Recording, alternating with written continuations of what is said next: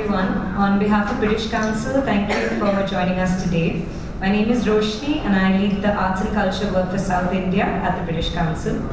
Before we start, I want to take this opportunity to say a big thank you to Bengaluru by Design for having us be part of the festival, to Co-Works for this lovely venue, our amazing strategic partners Acri and Artex, who we have partnered with across India for this year's Festival Connection series, and last but most importantly to our wonderful guest speakers Ekta Mittal, Purnima Sukumar, Siddhant Shah and Suprita Murthy, who have taken the time out to share their knowledge and stories with us today. Thank you.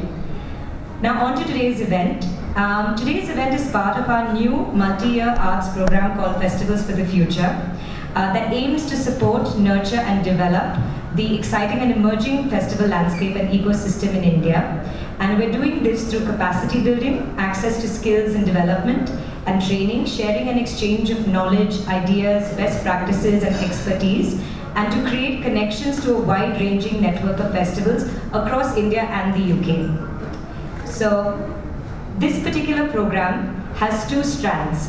We have the Festival Academy, which is a more intensive capacity building program that focuses on the core principles of festival management over the course of 3 to 5 days, bringing 15 to 20 creative leaders with its emerging cultural festivals from across India, along with both UK and Indian experts to lead the sessions. Today's event is part of the second strand, Festival Connections, which is a public series of thematic free hub events that explores various aspects of the festival ecosystem and engages with a variety of stakeholders and audiences across the creative community and beyond to exchange, discuss and share issues relevant to the festival sector as an informal mechanism for learning skills and capacity development.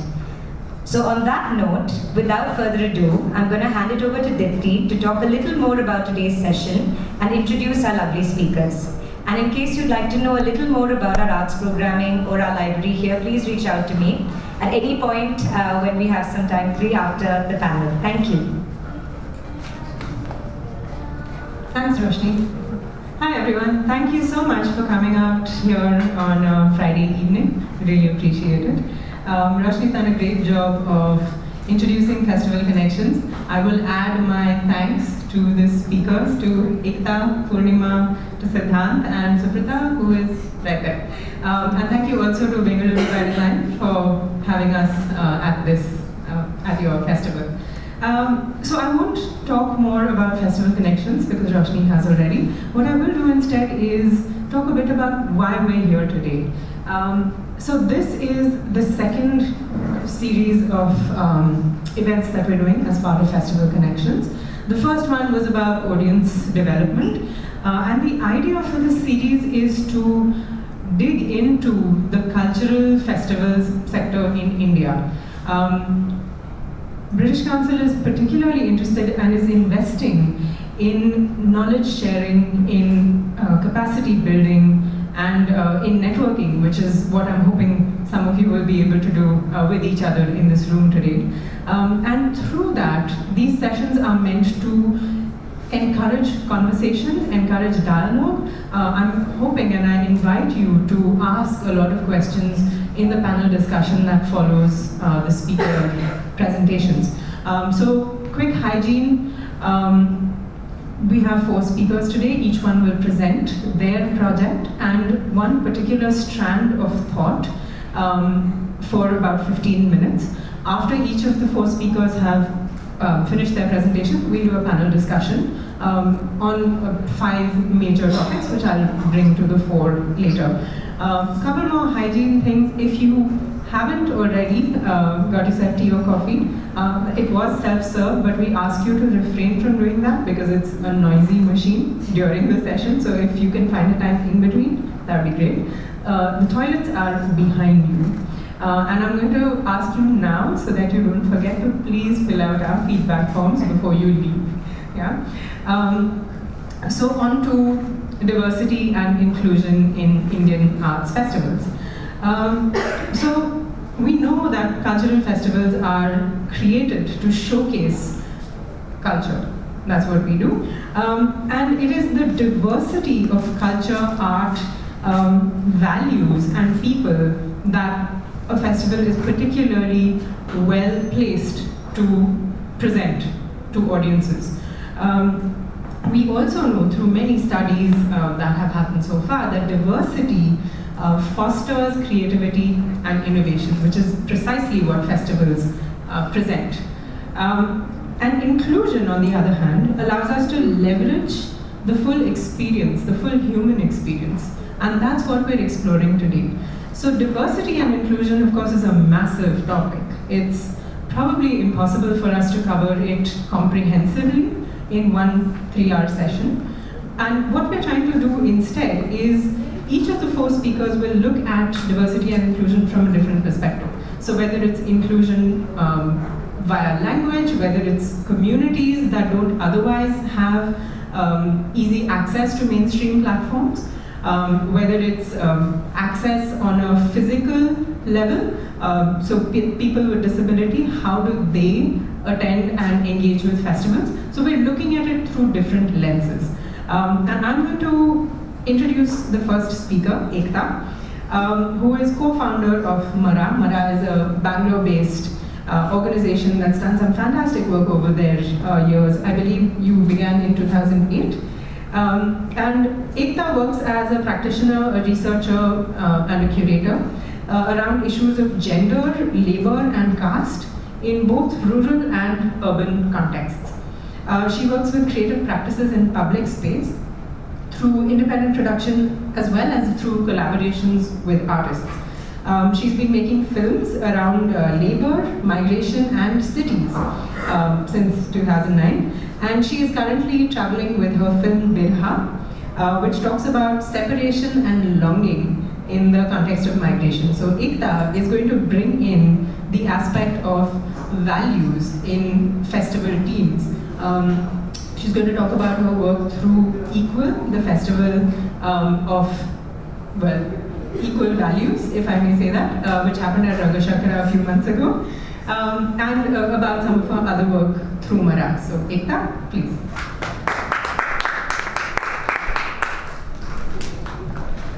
Thank you very much, Deepti and Roshni. I'm glad that I had the opportunity to kind of reflect a little bit more on what we were doing, because in Maraa we do spend a lot of time critically examining how we go about things, the decisions that we make, who we work with, who are we including, who are we. So it's a useful process when one can reflect, so thank you.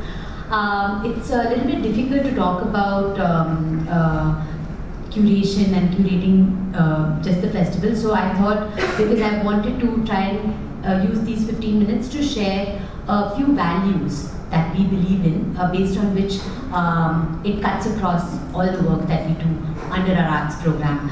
So I'll start by a video which is not about Equal, the festival that we organized with Rangashankara, but a festival we organized in 2015, which will give you a sense of how we do things, and then I'll go into Equal. We'll come back to it. So I'll just start by talking about just our approach to curate the Equal Festival. So Rangashankara approached us and asked us if we could curate Equal, which 2 years before was a festival that specifically looked at gender and women and a particular idea of feminism. And I think the reason they approached us is because of the different kinds of work that we do in our gender work, in different aspects of things. They, I think, wanted us to expand the scope of thinking about gender and feminism itself, which kind of led us to accept and say, okay, this might be interesting to think of how, within a space like Rangashankara, what could we do? So I want to just start off by saying that for us, we strongly, within the collective also, we all think that inclusion is also a bit of a myth, and we need to be quite careful when we use the word inclusion and diversity, because in a sense, when we say we have an inclusive approach, it comes at the cost of excluding something else. And often what gets excluded and what gets included has its own ways of getting appropriated. So what gets included is appropriated, and then what gets excluded is just silenced. So in that sense, well, we don't know what is really inclusive. Representative, yes. We were asked to work, of course, as curators for the Equal Festival, and we tried our best to represent diverse perspectives that reveal the interconnectedness between ideas, contexts, and issues. We really believe that the interconnectedness is actually a very tricky thing to do, because what do you connect with what, and when do I prioritize what in a particular context? Like, especially when we're saying the festival itself is called Equal. So we started to look at, for us it's very important that this connection is not moving away from the political environment that we live in, and the more we do that, we kind of miss out on also, it's not that political is equal to showing all the most terrible things that are happening in the world, but the idea is to really look at also the politics in the aesthetics and the aesthetics in the politics. So somewhere we felt it was very attentive to be, it was important for us while we were curating to be attentive to the political climate we are in, and not that the representation needs to be anxious of power structures, but we could offer subtle affective responses, gentle provocations through the experiences that we showcased in the festival. So Equal was a 2-day festival organized by Ramashankara, and it was supported, they do this once in 2 years as a gesture of speaking their politics as an art space about issues that are of concern, and with the hope that it could appeal to its audiences as a call to action. Okay, there are things that through the performances and through the curation, it could lead audiences to do something, to be responsive about where they live. So that was the intention. And with such a sort of large idea and being in Bangalore, we found it to be quite challenging, and then we said, okay, let's work with this. So we first of all started to think about how do we define equal, because the real question is, are we really prepared to live in an equal world? I don't think we are. Very honestly, with caste being around in our country for so many years, and with a lot of class difference, which is actually in your face at every single interaction, somewhere we felt that it is not possible to really pretend that we are living in an equal world. We may desire it, but I doubt we are prepared. And if we say we are ready to live in an equal world, then it does come at a huge cost for everyone involved. Equal requires an equal world, or the idea of equal requires sharing, accepting difference, and also diffusion of power. All of this seems kind of impossible, as I said, with caste, class, and patriarchy in the picture. And anything around this idea could only be a proposal or a provocation. So it wasn't really easy. So for example, at the same time, we were looking at what was really bothering us about the country, and we knew that NRC had just kind of been talked about in the news, and there was a massive confusion and mess in terms of what exactly is happening in the Northeast. So when we're thinking about equal, do you include, let's say, the Northeastern perspective in the context of a festival that is looking at gender diversity, looking at what's happening with land struggles, what's happening with climate change, what's happening with, so we didn't want to look at equal only from the lens of gender, and thankfully we had the freedom to explore various routes, and we wanted it to, at the heart of it, not be a woman-centric festival, but slightly more broader, which could allow various gender and sexuality perspectives to come in. But we always think that gender and sexuality is not far removed from land, far removed from caste, far removed from all these possibilities, right? So for example, the group we invited from the Northeast, a fantastic collective Nachom Foundation, run by Suji, they've been working on dance and movement art for a long time now, and how the struggle actually inscribes itself on the bodies of people who live there, we felt was a very important expression to be featured in the festival. So this again was very difficult. The minute you think of Northeast, it's like, then you start thinking about the funding, and it's like, oh my god, we have to bring 10 people from Arunachal Pradesh or Manipur, and that cost sometimes never adds up, so then that becomes a compromise, and it's like, they never get represented. It's very difficult actually to bring down artists from far away remote areas, because we don't usually have the funding for it. But that's where the real question is, should their voice be heard, should they be in the festival? Absolutely. So, and then it's a negotiation from there on. And then, yeah, and basically, we wanted to include things that are not part of the mainstream political discourse, things that are left out of official narratives, things that are left out of historical perspectives or fixed narratives, something that could make people feel like this exists too in Delhi. Yes, it does. So we wanted to bring performances that could really make people think and wonder, like, okay, if this exists, then how do we make sense of this word equal? So in the festival itself, we kind of approached it through 4 threads. We organized performances, we invited performances, there were panel discussions, there was mehfils and a visual exhibition. So in all the threads over a period of 2 days, we focused on representing the desire for an equal world and the obstacles and the fractures and the discrimination that come in the way of that.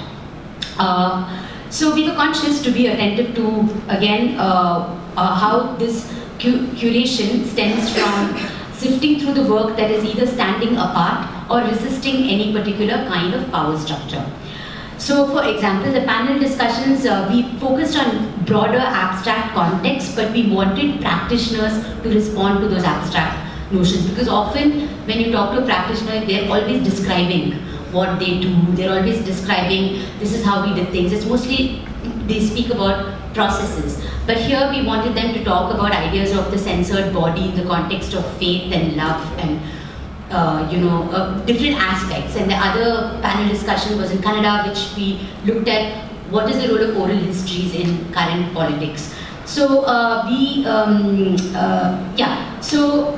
and the performances were that we chose, we found were strikingly haunting of where we live, and under the banner of equal, it exposed the hypocrisy and contradictions around us.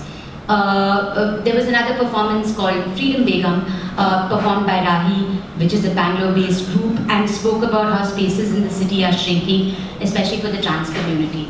Now, the play itself is not about the trans community alone, but it's also about how the city allows or doesn't allow for them to have that space. So, the visual exhibit 2, which we kind of put together, kind of pushed people to look at a provocation for the viewer to push his or her threshold in how they are looking at things, how far are we from accepting the realities, how close we go to it, and when we choose our blindness and when we choose to look at things.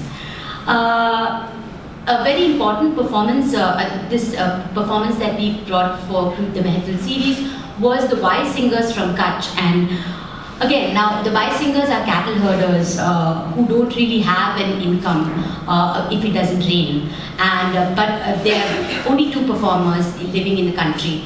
And it's not that one looks at them as novelty value, but the idea to invite them was to also kind of look at how this language itself is nearly on its disappearing edge. Very few people can read the Sindhi script.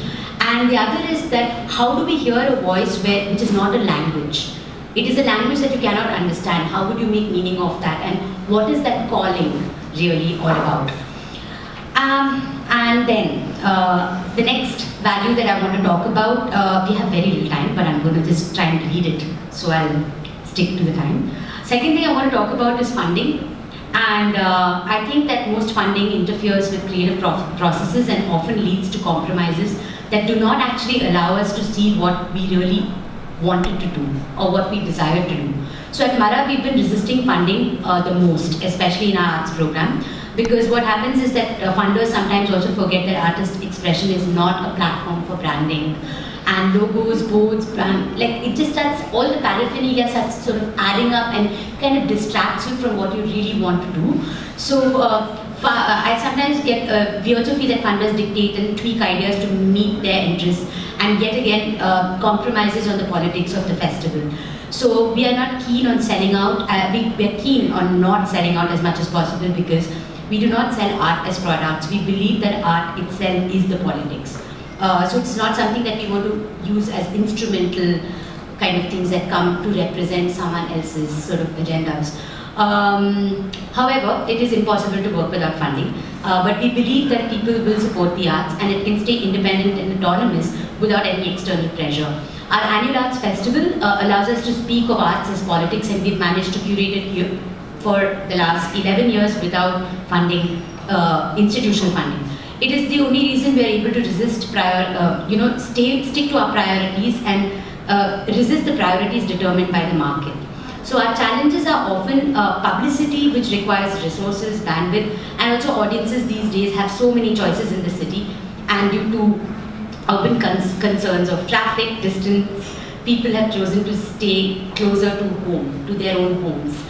And art is marketed in ways that is maybe hard for people to stumble upon a group like Maraa very easily, because we're not, we don't have those many resources to put things out, but it's great. The way it has worked out over the years is we do have a trust network of artists and friends who believe in support in our work, and that support in kind is of huge value. Word of mouth is a huge value, and people trust us. So yeah, the third thing is very short. I just need 2 more minutes. Is the hierarchies of delegation. I think this is a really, really important thing, especially when you're organizing a festival, curating it. I'll read it out. Hierarchies are set by how much people are paid, what their roles are, and also how labor is perceived.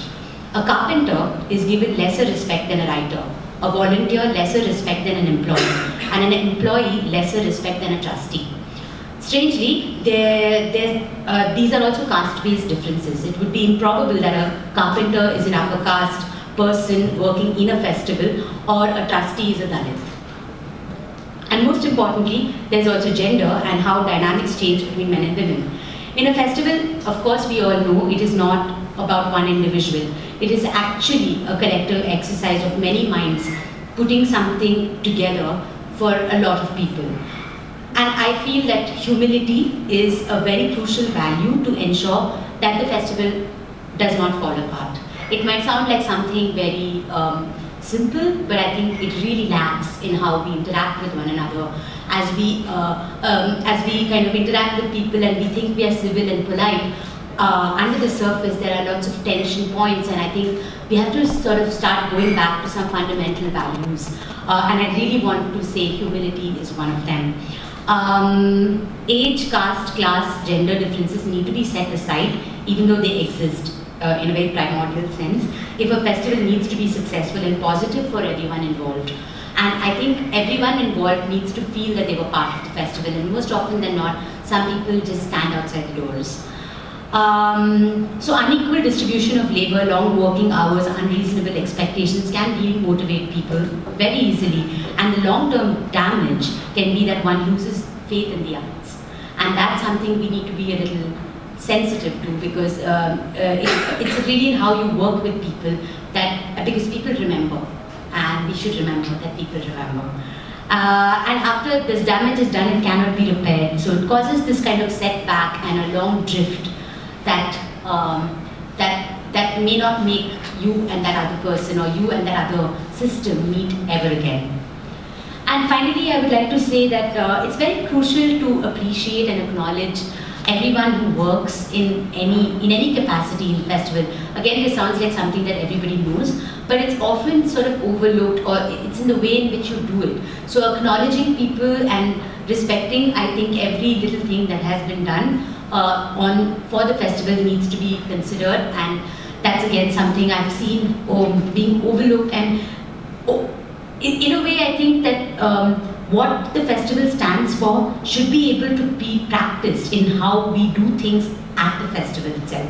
From little things of purchasing materials, of distribution of funds, or just letting people into conversations, who's deciding what, how is this decisions being taken, how do emails get written, when do we, how do we ensure that everyone feels good about their role in the festival. So these things. And yes, finally, I've been saying finally, but this is the last point. Yeah, so in a way, I hope I've been able to convey that on inclusion, it is a benign idea that some merit has, there is some merit, but ultimately it kind of goes back to the fact that something is excluded and has nothing more to offer on what systems and structures keep certain people out. So inclusion as a notion often gets appropriated since it fails to address the structural reasons for exclusion.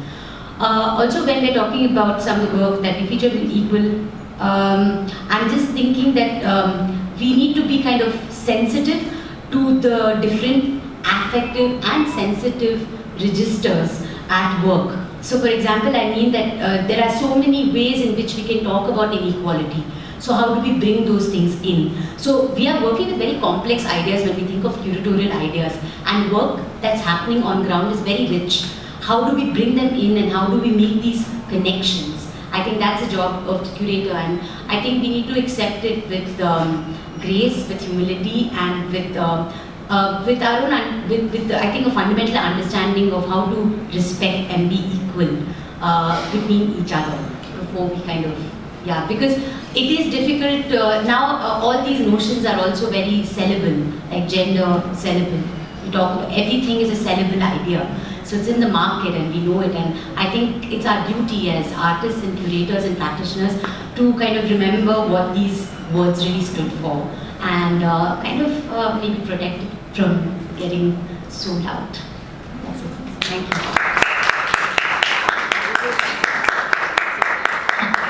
Thank you, Ekta. I think a big learning for me was the inclusive versus representative. And I know on my part that I have a lot to learn. So in the panel discussion, I'm essentially going to be asking questions from a space of, please tell me, I need to learn about this more. So thank you for that. I'd like to invite our next speaker, Purnima, and while she steps up, I can move over. So Purnima is the founder of Aravani Art Project. She is a muralist, documentarian, amateur anthropologist, and a story keeper. Purnima has a background in arts education and has been a practicing artist since 2014. Her journey through the arts has been very unique. It's been inspiring, and she believes it's been a humbling process as well. So Aravani Art Project aims to embrace the transgender community by creating consciousness, well-being through art, awareness, and social participation. While the visibility of transgender people is increasing in popular culture and daily life, they still today face severe discrimination. They also face stigma, systemic inequality, some of the things that Ekta also spoke about. With the mission of attempting to reduce this in society, the Aravani Art Project is bringing about change in the way society views the community. The project advocates the idea of reclaiming spaces in society, public spaces in society, by creating large wall mural projects to raise awareness and to create a voice for the community. By a show of hands, how many of you have seen a mural that's been done by Aravani so far? Yeah? Nice. Okay, so then without further ado, Purnima. Thank you for this. My throat is a little caught. But thank you so much for all of you for being here. And I'm going to be really quick because we have a lot to show you. Firstly, I'm apologizing on behalf of the community that nobody from my team could join me here. They're all busy with some other projects. Otherwise, I never go without a trans person representative with me. However, I'm moving on. Firstly, we're not into festivals. Everything we do is like a festival or an event already. Although the kind of dynamics it has in terms of working with a community like the transgender community holds a different kind of an agenda, holds a different kind of a perspective, and it's something that I think both people from the community and people who aren't from the community are learning together, and I think that's what sums up Aravani Art Project. We're not very sure of certain things because we're all in this journey together on the way to figure out how we can work things together. How can we not put people in a space where we think it's right, and what about the existing festivals that are disappearing? So I'm going to be touching more upon those, and also the fact that how we're getting to explore a city or people, or the way they react to situations or events like the way we do. Like I said, every mural is like a festival for us because it involves everything that a festival involves. Whatever you know of a festival, that's pretty much everything that what a mural would involve. And what is interesting is that it's been a journey for all of us to learn and unlearn that we decide that people who are from another community or from a minority don't hold an intellectual value or don't hold a creative knowledge. And I think we're really wrong with all of those things. We always assume that, oh, you're from, okay, so you might not know what we are doing.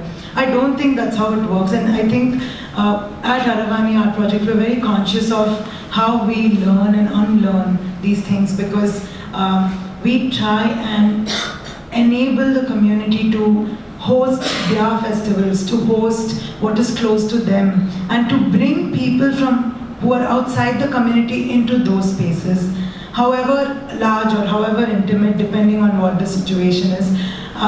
We want people to experience it as is. We don't want it to be taken out of that space because it will work somewhere else, or because it will be a factor where it can sell somewhere else. So we've been consciously working on those terms. This year was the only year we got to experiment doing other things apart from wall paintings.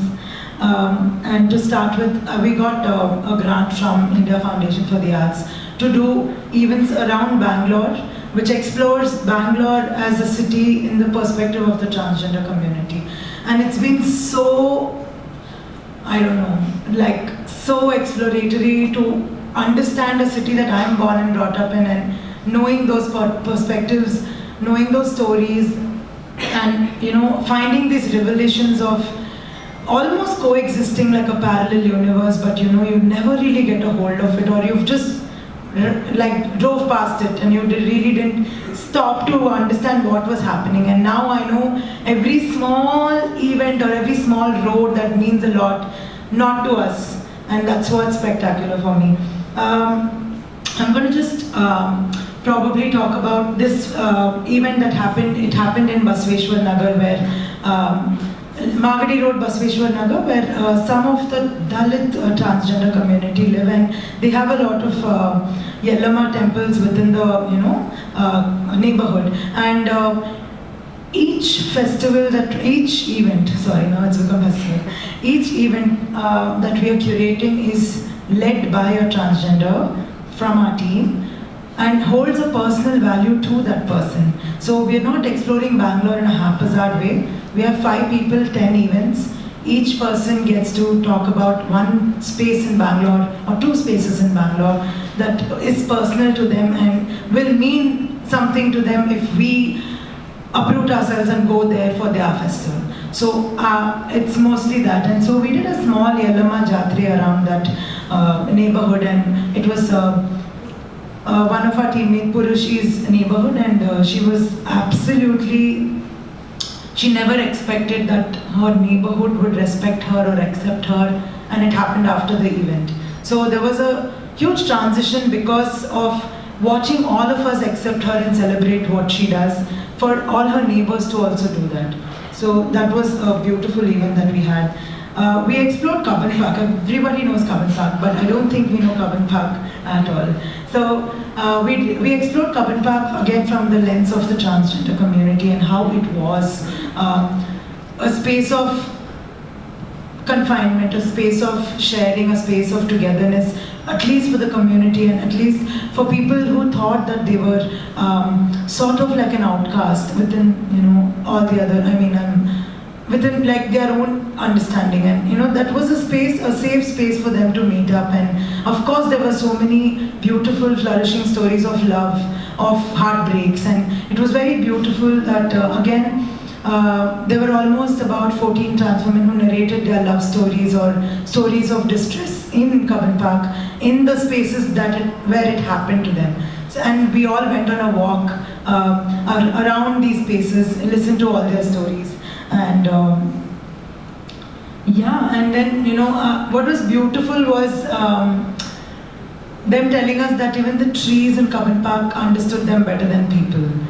So those were some of these anecdotes that we carried with us, and it sort of demystifies this whole thing of what an event or a festival should be, or how particular it should be, or how it should have certain, I don't know, like mission and vision, and it really demystifies all that because it keeps changing, and that's what we realized over all the events, that everything is so fluid, and I think we bring so much rigidity into it.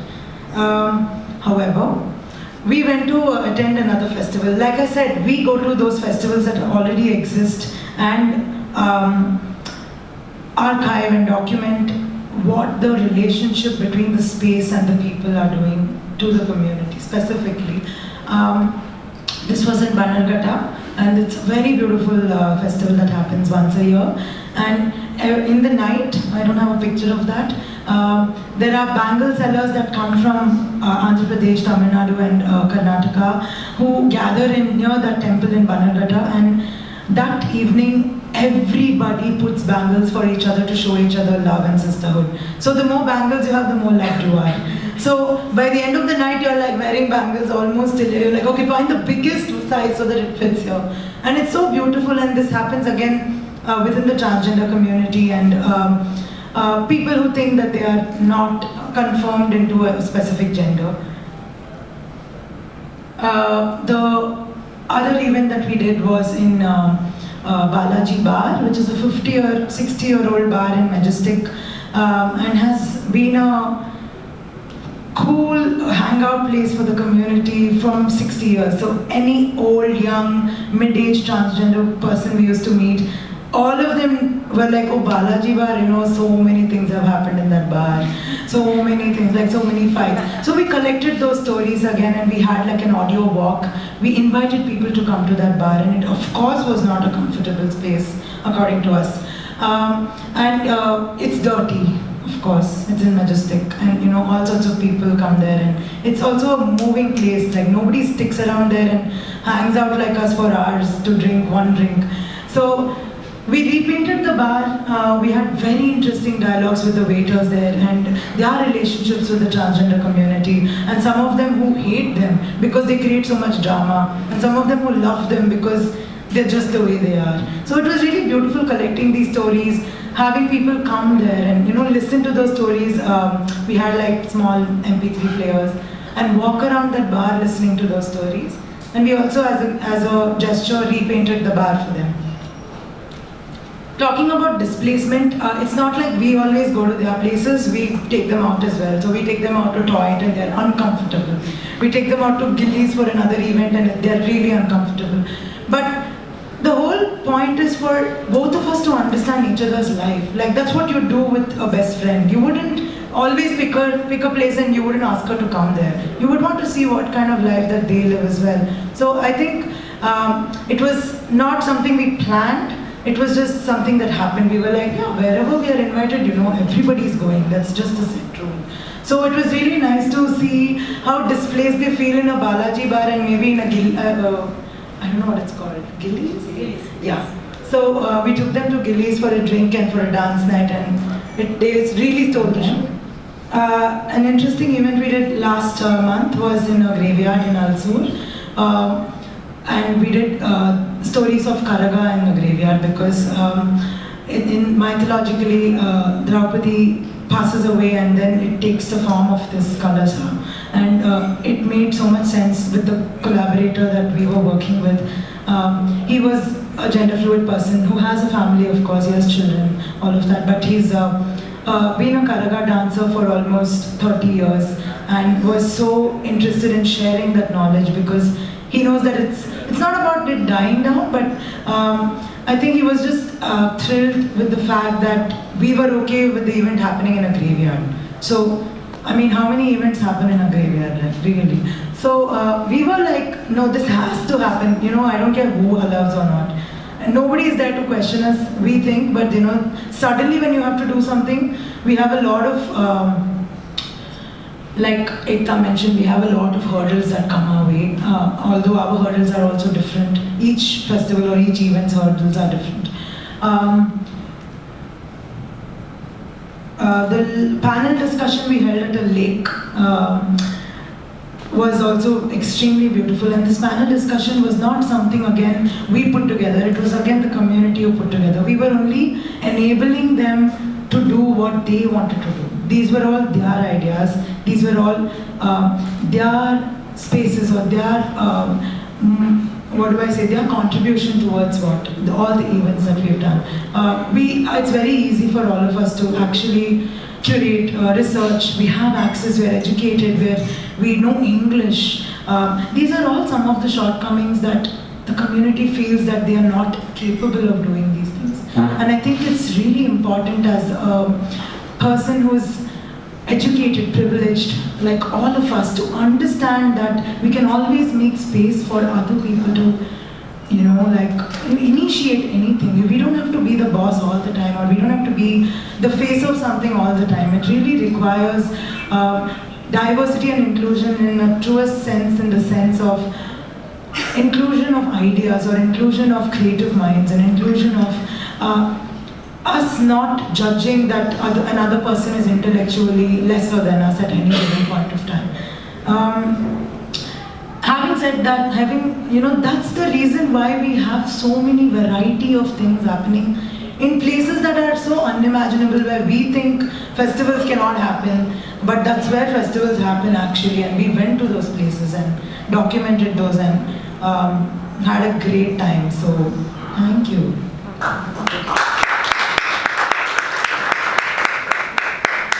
Thanks, Purnima.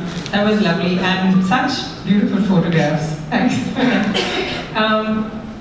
I thought I heard a common thread between Ekta and Purnima's presentations, which was about context, and I thought that was beautifully brought out with the example of Toit and Gillies versus Balaji Bagh, which also had its own challenges in terms of context. So that's something I'm going to try and pick up on in the panel discussion. What role does context play in our work in this area? We're going to move to a different lens that I mentioned. We're looking at diversity and inclusion and representation through different lenses. Siddharth Shah, who is our next speaker, who is getting set up with his space age mic, is the founder for Access for All. He is a TED speaker, a heritage architect, and a universal design expert. These audiences, and the focus is on providing accessible infrastructure. Access for All has collaborated with several cultural access projects in India, Malaysia, China, Pakistan, and Spain. Siddharth was a speed mentor for the British Museum's ITP event and was selected for the Tate Intensive at Tate Modern. He prefers the pronouns he, him, his. Siddharth, most recently I met him through the Serendipity Arts Festival in Goa, where he's been part of and is also part of this year, the Senses program, which is now in its 4th edition, 4.0. So that was one of the reasons one of the things that Siddharth is going to be talking about. So without further ado. Okay. Came show Bangalore? મજામાં? Okay. મારો આખું presentation ગુજરાતીમાં છે. બધાને સમજાશે? કન્નડ છે. મને નથી સમજાતું. સમજાશે? કન્નડ છે. કેમ? We talking about inclusion and diversity, right? So why only English? Kannada છે. કન્નડા નહીં આવડે છે. But yeah, just to break the ice, I do that for living actually. Diversity and inclusion is what I do for living. I literally do that. I run an organization called Access for All. We work with, actually said, with various different things. These are some of our brochures. You can take one, pass it behind. And we actually do that for living. So if you're having any events and all, we can make it accessible. But what we mainly focus on is the idea of how do you create access for those with special needs, and then our bracket just kept on increasing and increasing, where we started working with gender, we started working with various other issues, including those with how do you make festivals even accessible for those with senior citizens, right? Those who are senior citizens, do they come in? What is there for them? What do you do for kids? Because we generally think that we do only things for those between the age of 25 to 50, but those are the people who have the least amount of time because paisa kaun karna hai, right? So I'm going to play a small video which Brute made for us to give a small introduction and then start. Okay, start.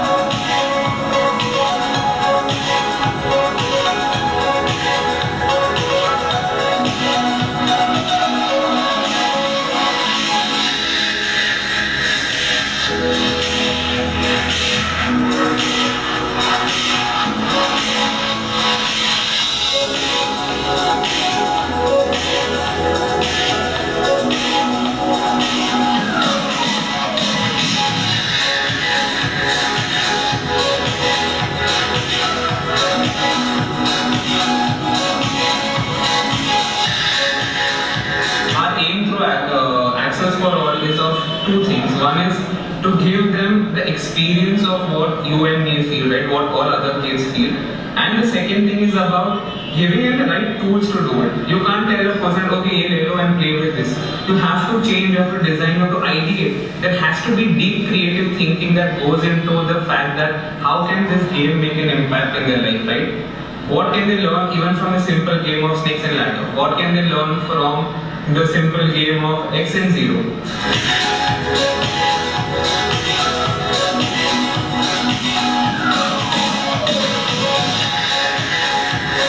My mother's visual impairment was kept hidden in the family. Never spoken in our family. It was seen like it was things under the cover.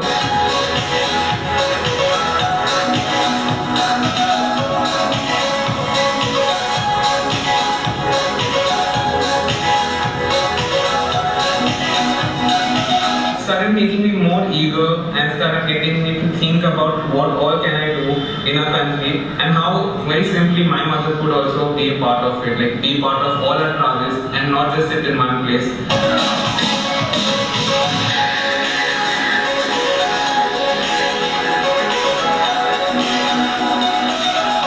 We had our setbacks, we had different experiences through which we learned. That became our textbook of understanding different things, of learning how do you talk about a certain artwork to a group with visual impairment, how do you talk about a certain color to people with color blindness, how do you talk about form, texture, making it more relevant to them, how descriptive you are.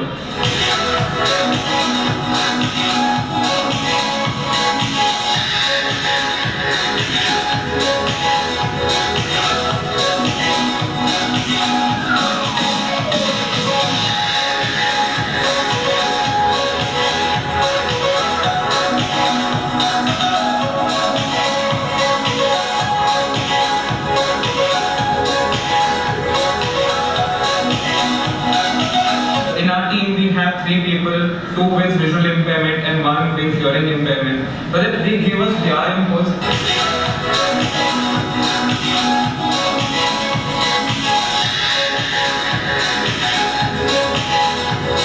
The expertise that we have developed, we can share with them because I feel those economies also have similar issues like us, reaching out to our neighbors, reaching out to other countries and be more accessible and put our hands together to make access beyond borders. Ta-da! So that was it. And since I saw some people on their phone, like if you're on the phone you might need my Insta handle, social media handles, because I'm sure you're putting a word for me out there, right? So this is the thing, and if you're on the phone, I'm sure you would be for that. The true essence of inclusion. What you saw was a brief about why I got into it. But as I mentioned in that, we didn't have a textbook of learning, right? We had to do it on our own in third year architecture where my mother acquired visual impairment, and I realized that the only thing that we were taught was wheelchair के लिए parking कितना होना चाहिए, wheelchair के लिए toilet कितना होना चाहिए, wheelchair के लिए corridor कितना होना चाहिए. Accessibility is not only about a wheelchair, right? There's various other things that we have to think about. So, and my focus was always on using the idea of culture and heritage, because I feel our culture is very inclusive, like taking a very simple example of a rangoli also. Rangoli is where one person will not make an entire rangoli. In a community, the rangoli is made by jisko jo acha aata hai. Like one person is good in filling the color, if one person is good only in making the borders, he'll come and do the borders. It's about the collaborative effort that we put in together. And that's why my anchor became cultural heritage and arts. And I started working with museums, and the work kept on expanding with various different things, from art galleries to museums to art festivals, fairs, and even this year the Biennale. So yes, that is what we do. Three things that we completely focus on is physical, intellectual, and social. We always think that access is about that space, but it's also about what do I do when I'm inside that space, and who all can come inside that space. There's a list of things that we do. You already have the things, you don't have to worry. These are the clients. We need funding. So, Ekta, we always look for funding. So, we've been working with various different organizations. Our primary goal is to make any event, any fair, any festival, how accessible it can be. What is the maximum bracket that they can push to involve as many people in their space, physically and through our outreach program that we can develop for them. Here's some culture, and even the corporates. In corporate space, we realize that it's actually important to tell the corporates how to use their CSR fund. Otherwise, they'll all just keep on donating ambulances and give hearing aid. Like, we went to a school in Dadar, and I come from Bombay, and this one teacher just opened a box, a carton full of hearing aids, and she's like, we just received them as the donation. Like, a student would use only one, like maximum 2 in a year. But that amount of funding that goes into it is just wasted. Why can't we not channelize them in different things? And that's what we thought, and we started working, sensitizing them in corporates with the DNI segments. So if you know anyone there, do put us in touch with them. So these three things, coming back to them, and these things were learned because we realized over time that it is very important that it is not only about accessibility or only about inclusion or only about diversity. It is about the aid, the help, and the aid is access, inclusion, diversity. 5 tips about how we realized what we were doing was on the right track. We failed miserably. Like for example, initially when we would create tactile reproductions, we would just do it in one size. And actually in one of the art fair, one visually impaired person came and asked me, "Oh, भैया इसका मतलब सब artists एक ही size का artwork बनाते हैं क्या?" And that time you realize that no, like it's a blunder, right? I can't just create. So we then change the sizes. So over time we've realized that, and one of the most important things that we've done is that we initially began thinking, oh, we know everything, but you cannot do anything for them without them. They have to be part of the team. Like from that day onwards, our team had people with various special needs that we required. If not in our team, wherever we were working, we would activate the local NGOs, you would activate the local special needs schools over there, you would activate those areas. So when we did the Kochi Biennale for 1 week, we had the inclusion week. We went to schools across Ernakulam, we were in Kochi, various other spaces that we found, and we brought them, we asked them what was it that they would like to learn from us, what was it that we could do with the backdrop of the Kochi Biennale and how we could have. So we had various workshops based on that. We do not start anything immediately, we have our research that keeps on happening. We go there at least 3 months before any event happens to work in these spaces, have a background check, and then get into it. And this was part of one of the projects that we did recently. It was called Art for Inclusion that happened at Radisson Blu, where an entire art exhibition of persons with special needs was designed with them. This was when we went to, this was part of the Bukaru festival. It was in Malaysia, and in a library. And we were discussing that just going there and conducting a tactile art workshop does not make sense, right? So we wrote to the librarian over there and asking them, do you have great books? What is it that you would like, that. And they told us that they had a separate section on real books and had nothing about Indian art or anything. Could you design? So that led us to design this touch and feel book on traditional Indian art forms, which had Gond, which had Madhubani, which had block printing, and we gave them those things because that is what was required. Otherwise, just going and unko hum sikha denge tactile artwork kya hai, and we'll get them to touch and feel is just a very superficial thing. So we constantly work with the team over there. Second important thing is don't assume. Ask. It's very important to ask. Like you cannot just go and say, "Hum ye kar denge," ya hum wo kar denge. As part of that, because learning from them, we realized that we need to ask, is that a requirement? Like for example, when we started doing, we would make toilet, we would put braille signages everywhere, and we realized that in a space like pantry, they did not even want it because they knew where it is, because their other senses were quite equipped enough to take them where that was, right? So it is very important to ask them. One of the things we realized that ramp, it was maximum used by mothers or people who are using the pram rather than on people on wheelchair, because based on our audience research report, we realized that their population was way higher than those coming on a wheelchair. So we come with those conceptions that a wheelchair ke liye hi ramp lage, but there are so many other things. Like accessibility is actually about making things easier for everyone. What do you think? The ramp is for whose betterment? Is it for the person on the wheelchair or somebody who's pushing it? It's actually for us. If you realize that accessibility is not for them, it is about making our lives easier so that we don't struggle helping them there. This was one where we had created tactile artworks again in Malaysia, and that was a work of Ara, and it had flowers in it. But when they were touching it, they're like, but flowers, and a lot of kids would do this. And like, yeah, they were smelling it, and we never realized that they were smelling. You could introduce the idea of smell into it. So from then on, wherever we had that element, you would add this idea of scent that you could smell also. So multiple ways of engaging with the artworks rather than just touch and feel, because otherwise the flower would only feel like something, but when you smell it, that is the true essence of that particular object.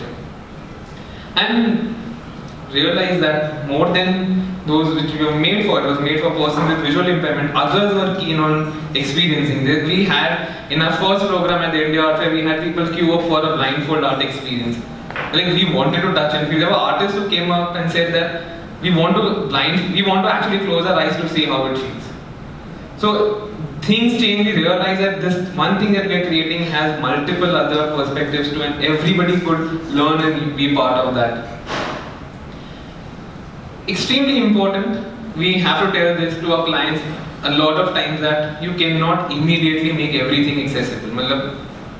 Accessibility, inclusion has to happen over time. I cannot have one festival make it all accessible. There are 21 registered accredited disabilities. You cannot in one go make your entire space accessible, because some way or the other, whatever you do, there are various different requirements that will pop up, and you can do it step by step, and you can be very clear about the fact. You can state that you're moving towards accessibility, that you don't, maybe your program is not accessible right now, but you have that as your focus, you have that in your POA, and you're moving towards that. And that is very important for festivals. If there are any festival directors, it's very important to consider that fact, or arts managers, that you can very easily tell the community or put a message out that we are working towards it, and that also is a very big step towards inclusion and diversity in the arts.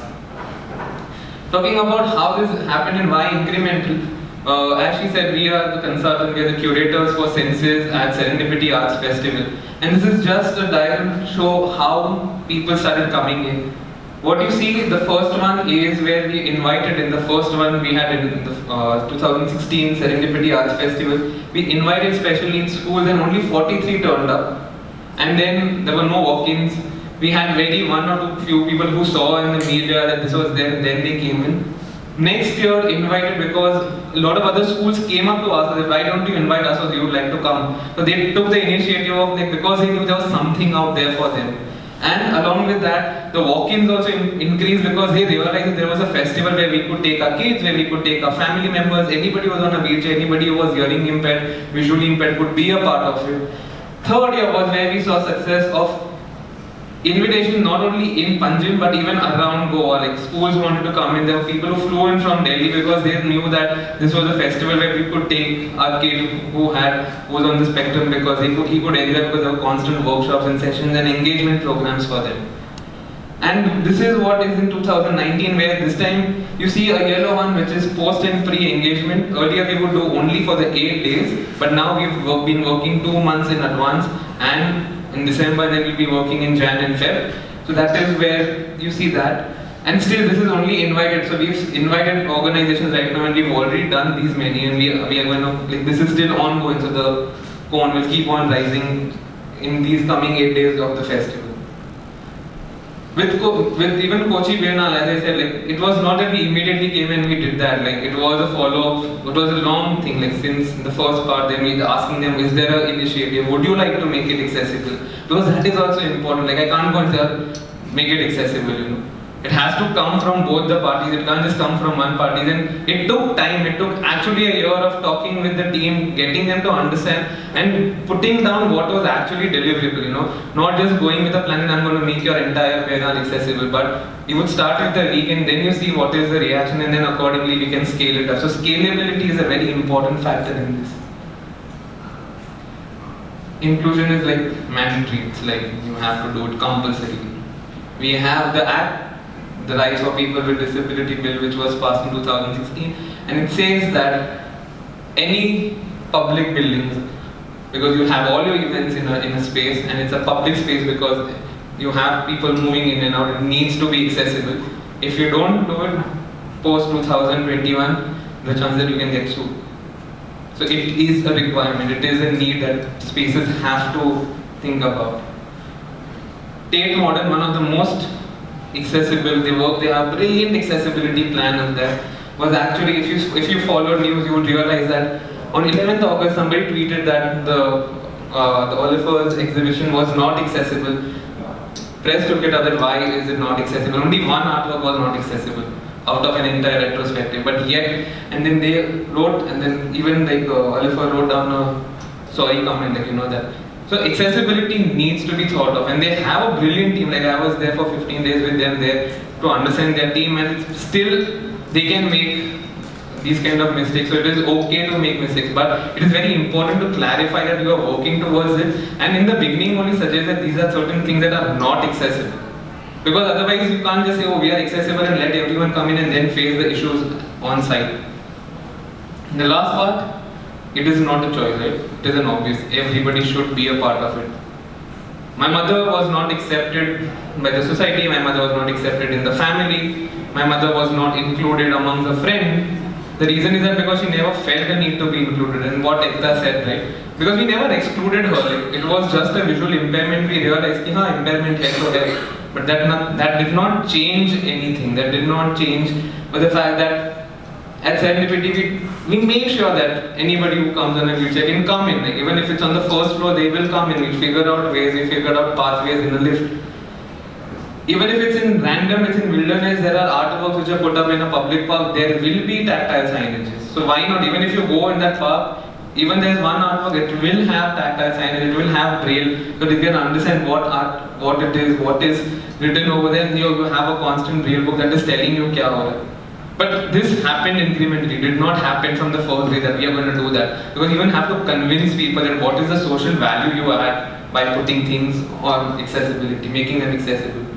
And this was our big leap when we even made photographs accessible, because we were sitting in a blind school. I was waiting to meet a teacher, and there were two kids trying to figure out on their ID card what was that glossy thing. And because school needed an ID card and their picture was put up, but they did not know that it was a picture. And then we realized that photography is such a huge medium that we were missing out on. And since then, at Serendipity, the photography section also is being made accessible. So, last question, guys. How many of you wear specs? Can you raise your hands?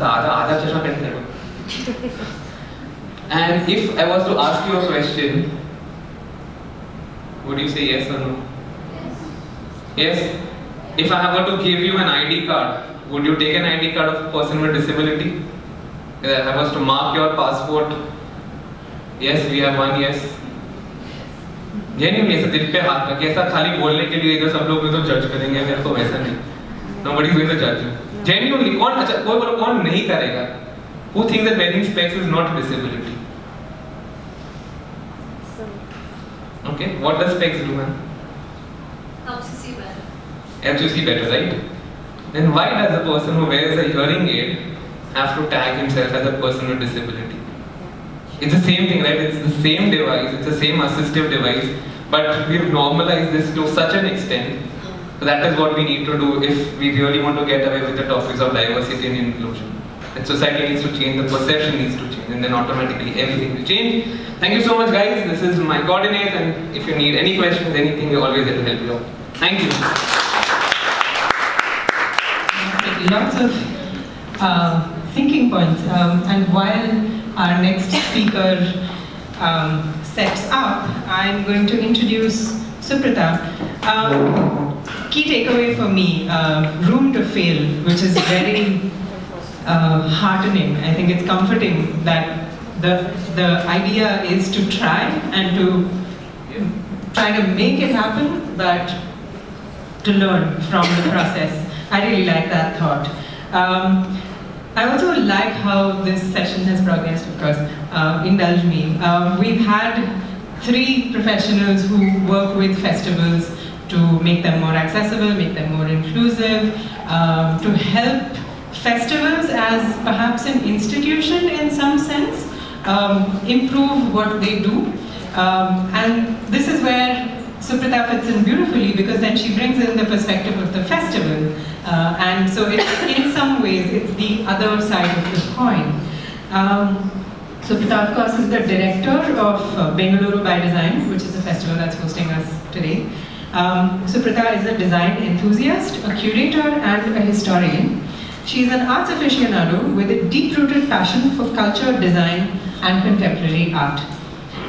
She is a postgraduate in arts administration and cultural management from the University of New South Wales. She has worked with organizations like Sotheby's Australia, the Victoria and Albert Museum, Art Dubai for over a decade, and has worked on several private art collections in London, Dubai, and has added to the Daniel Berg, am I saying this right? Bergman? Yeah. Okay. At the 53rd Venice Biennale. The Indian Highway exhibition at the Serpentine Gallery UK, as well as many other such exhibitions.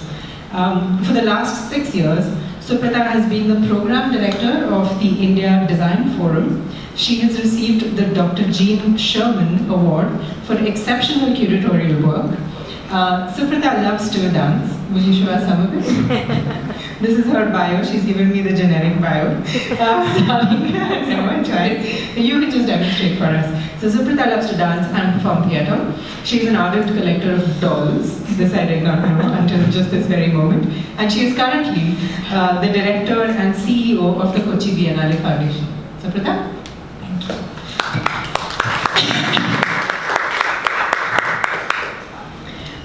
Firstly, thank you, British Council, for inviting me to be part of this talk. A lot of the people locally know me as the director and the founder of Bengaluru by Design, but today I'm going to be not propagating Bengaluru by Design, but Dipti, you can ask questions in the panel. But I wanted to more talk about the Kochi Muziris Biennial. A lot of you all perhaps already know about the biennial, and for some of them it is something new. So I will first start with a little video of the biennial that really talks about inclusion, diversity, as well as programming of the biennial that helps it be accessible to all.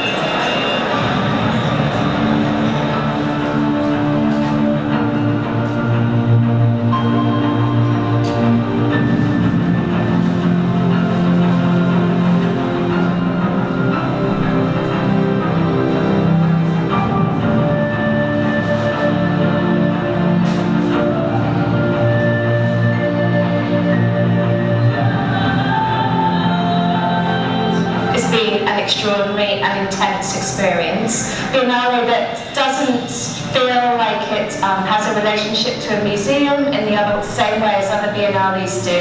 It feels very rooted in its architectural vernacular context.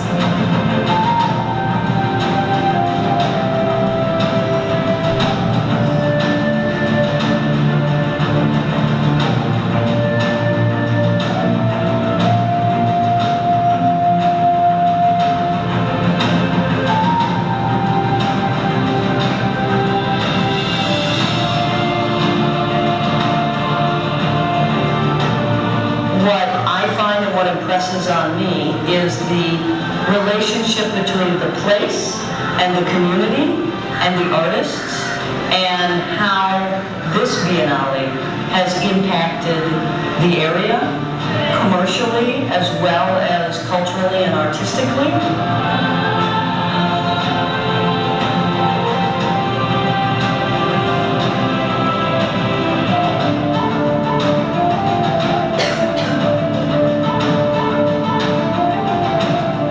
It's particularly wonderful that the focus is both local, regional, and international. It makes it a very special Biennale.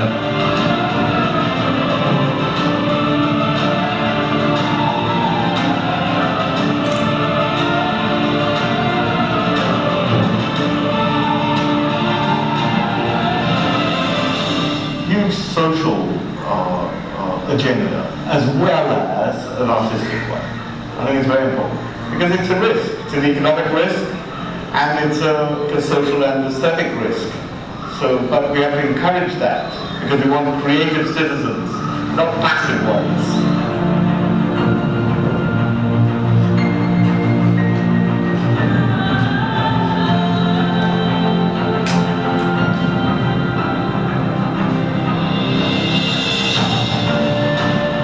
സാമ്പത്തിക വികാസ പുരോഗതിയിലും കൊച്ചിയുടെ സാംസ്കാരികമായിട്ടുള്ള മുന്നേറ്റത്തിനും ഒരുപാട് സംഭാവനകൾ നൽകുന്ന സാംസ്കാരിക ഉത്സവമായി biennale മാറുകയാണ്.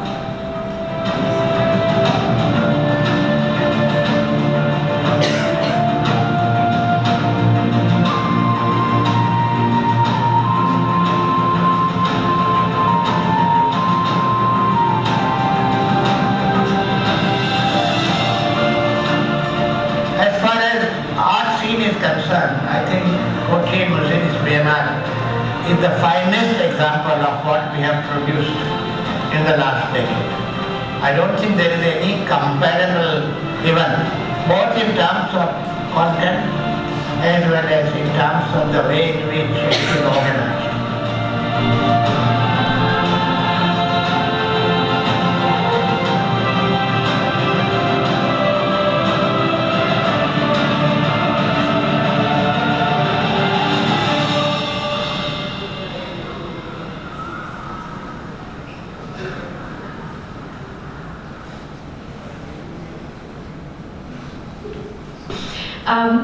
For those of you, I mean, a lot of people do understand what a Biennale is, but do you really understand what a Biennale is?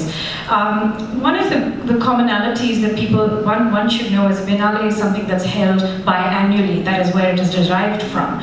But something that we realized in Kochi is that everybody has a colloquial word for it, Biennale. This is Biennale, this is our city, and this is the Biennale city. And what they do not understand that it is once in 2 years, and they keep asking us time and again, why isn't the Biennale not happening this year? So when the Kochi Biennale Fest opened its doors, 1 month before the Biennale, I think there was a huge panic button wondering, will people really come into this event? Will the locals come and attend the event? And this led to a small little booklet that was designed on what is a Biennale, what is the meaning of a Biennale, what is this art event all about, what are the different Biennales around the world, and the most important ones, be it Venice, Guangzhou, Sydney, and so on. And this was distributed to your local chaiwala, to the fisherman's stall, to every nook and corner of Fort Kochi and Cochin City, and then went on to the neighboring states. This is something that I consider what the Biennale did was inclusion, trying to really include audiences. That a Biennale or an art event is not just for people in the community or people from art spaces, but is more for everybody. We distributed to locals, we made them understand what it is all about, what is it going to do to your city, what to expect in a month's time, the disruption it can create or perhaps not. And so the Biennale started last year in 2018. The Kochi Biennale welcomed 90 plus artists from 31 different countries. We had 600,000 people visiting the entire event over 120 days. One of the things that we believe is creating and curating audiences. And I feel that is the most important aspect of what we do. We want more people to be inclusive. Art is for all. It is not just for the elite. It is to demystify it. It is to let everybody in different walks of life to enter and understand. You might not know anything over there, but you relate to something. You will start thinking of art, looking at art, and then perhaps form an impression. So one of the things that we really looked at is involving the local communities around Kochi. We had about 31 different settlements in and around Kochi, Mattancherry, and we actually involved them not just in being audiences or passive audiences, but also in the production processes, working with artists, working with the people of the Biennale, volunteering and understanding the process of festival building.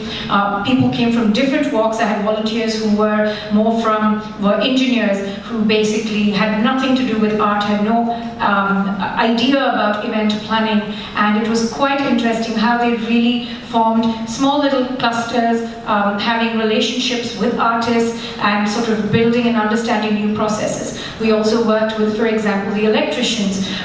People normally think that people who come from skilled labor do not have the finesse of artists, and you'll be quite surprised that their finesse is far better than any artistic temperament.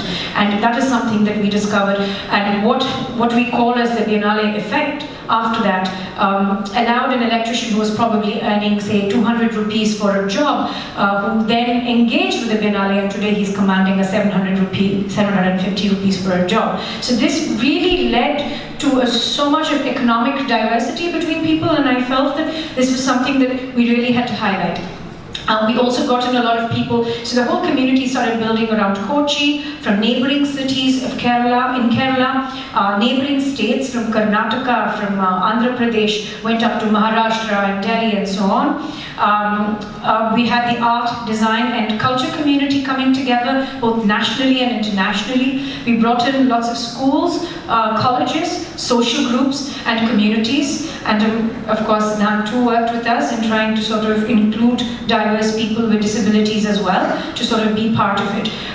One of the things that we also focused on accessibility over there, we worked with the Mani Foundation to have buggies for people who cannot travel between one venue to the other, and you possibly get tired. Kochi is quite humid and can be exhausting, so we ensured that people had enough people to move around.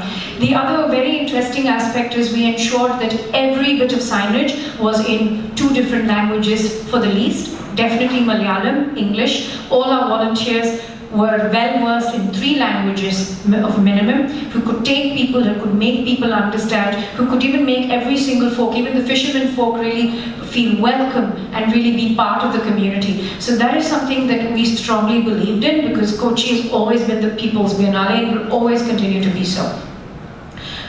This is in 2012, where the mayor announced the city as the Biennale city, and to correct myself, we have 44 different communities who live around Mattancherry and Fort Kochi, who are all completely involved in the process of making this Biennale a success.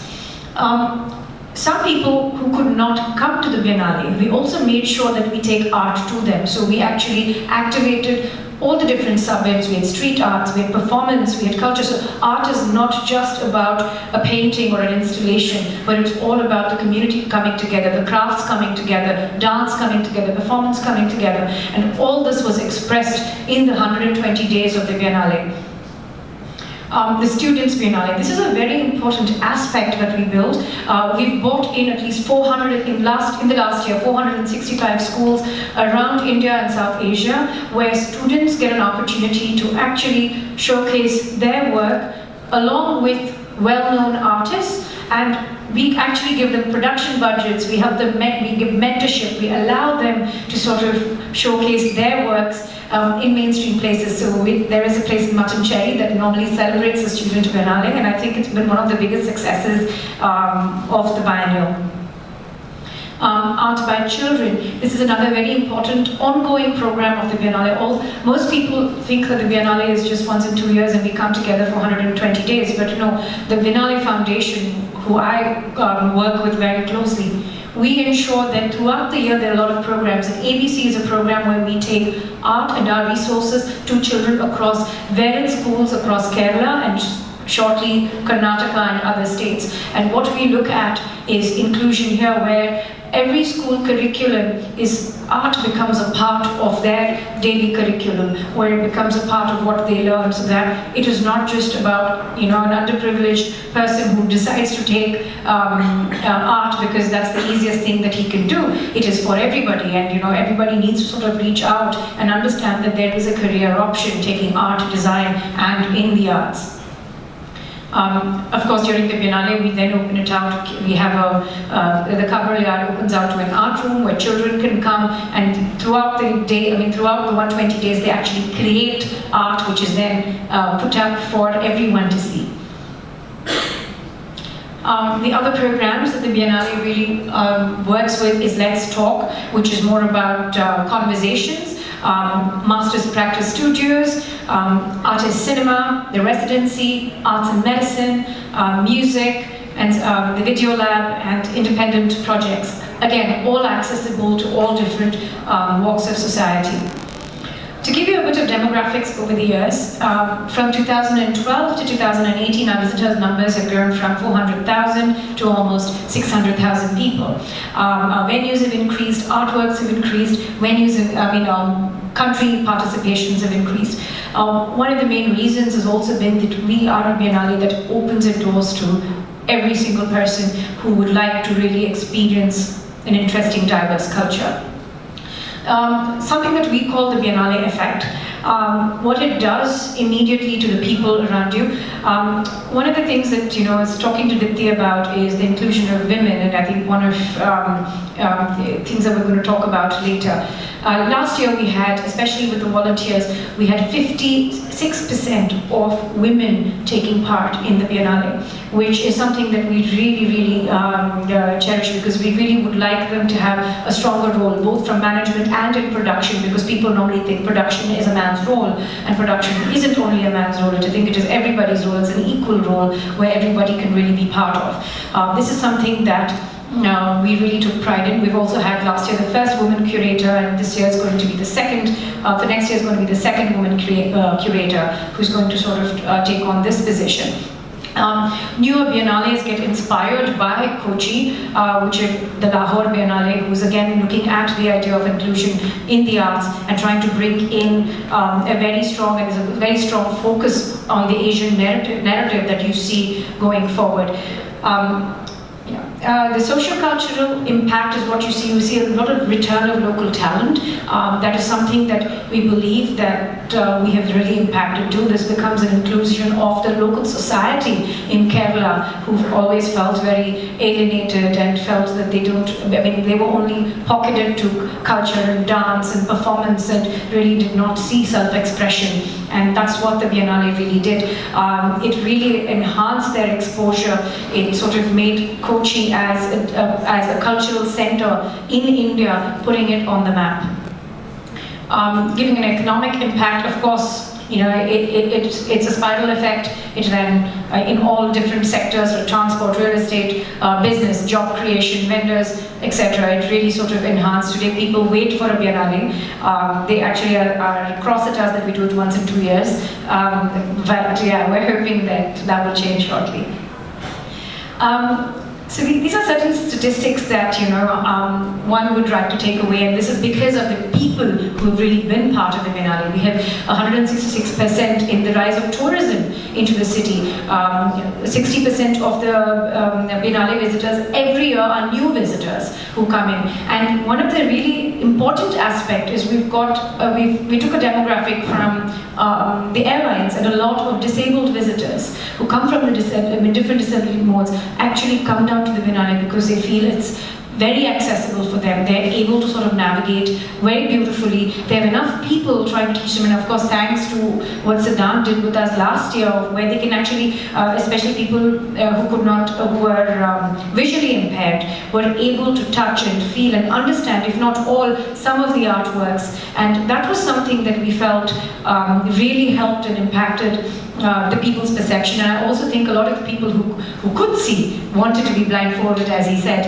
And I think we did do a little bit of an exercise with volunteers for them to understand, how does it feel, so that you are more sensitized and you're more sensitive to a person who with these kind of disabilities. So the next Biennale is 2020, and I would urge all of you all to come and actually experience the kind of initiatives that we will be taking to make this a more accessible and an inclusive Biennale. Thank you. Okay. So thank you again to our lovely speakers for presenting all of your work. It's certainly given me a lot of food for thought. And certainly, I will open this discussion by saying that I have a lot to learn. So if at some point I use the wrong phrases, please forgive me. Please forgive me as well. So let me start with one of the last topics that came up, which was outreach. Outreach to communities, outreach, whether it's the local community, whether it's a specific community. Subrata, you spoke about the Biennale coming out with the booklet.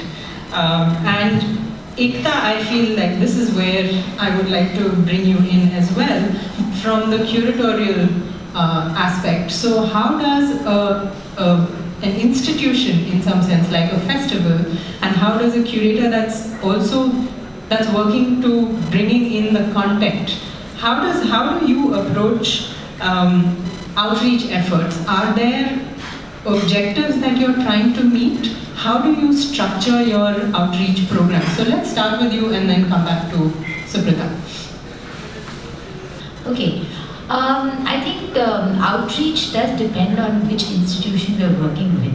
So if it's Maraa, it's a very different way in which we make outreach. It depends on where we want to reach and how we want to reach. But broadly speaking, I think one of the few things that if we are on board as curators, definitely we would like to look at it, try our level best to make effort to make it as multilingual as possible, because if you're in a cosmopolitan city like Bangalore, we must understand that there are all kinds of people here. So we have to, I think multilingual is very important for us. I really think it's crucial to bring in young people who can also start to occupy the space, not just as audiences, but also critiques of the festival. So to ensure that people are involved in also looking at the festival and also having that space to say this didn't work, And I also do think that it is important for us when we were thinking about also gender. I think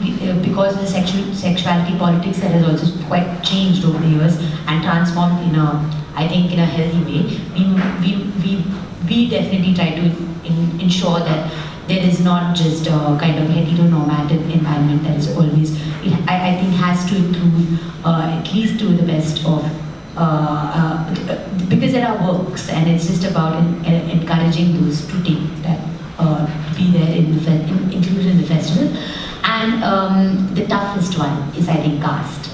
Because I think I just have to keep saying it. I think the last 5 years, for us having read it, I think power structures are extremely casteist, and within everyday kind of practices, it's there.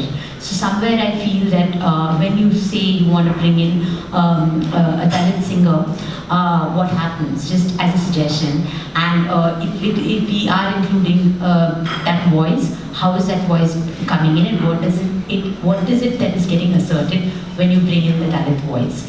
And I do think we have to be very attentive to this, because I think this is really the crux of the problem. That's broadly. Thanks. So you've talked about linguistic communities and differences along language, and that's something that Siddhant also brought out very beautifully with his Kingtel. And you also talked about caste. So again, fault lines in some sense. So just to add, I think the whole thing I'm saying is that I think we need to look at when we are curating it with as much intersectional ways of kind of cutting the things, so that the picture of what we present is actually complex enough, and we need to trust that audiences can engage. I don't think the idea is to make it simplistic and dumb it down, but to make it more complex, fantastical, and allow people to speculate rather than me telling you what to think. Right. Yeah. And you're right, that is a challenge, to bring up the complexity, allowing room for understanding, but also allowing room for maybe no understanding, and therefore how do you proceed from that? So Pratibha, you and I, when we were speaking earlier, we talked about a little bit about BBD, Bengaluru by Design, and you were talking about differences in profession. Yes. You were talking about how do I bring a designer, how do I bring someone who's not involved in the arts at all to a design festival, and something along those lines. So can you talk about how Bengaluru by Design looks at intersectionality in your own framework? So Ekta has established her framework with Equal, with Maraa. What is the framework that BBD works with?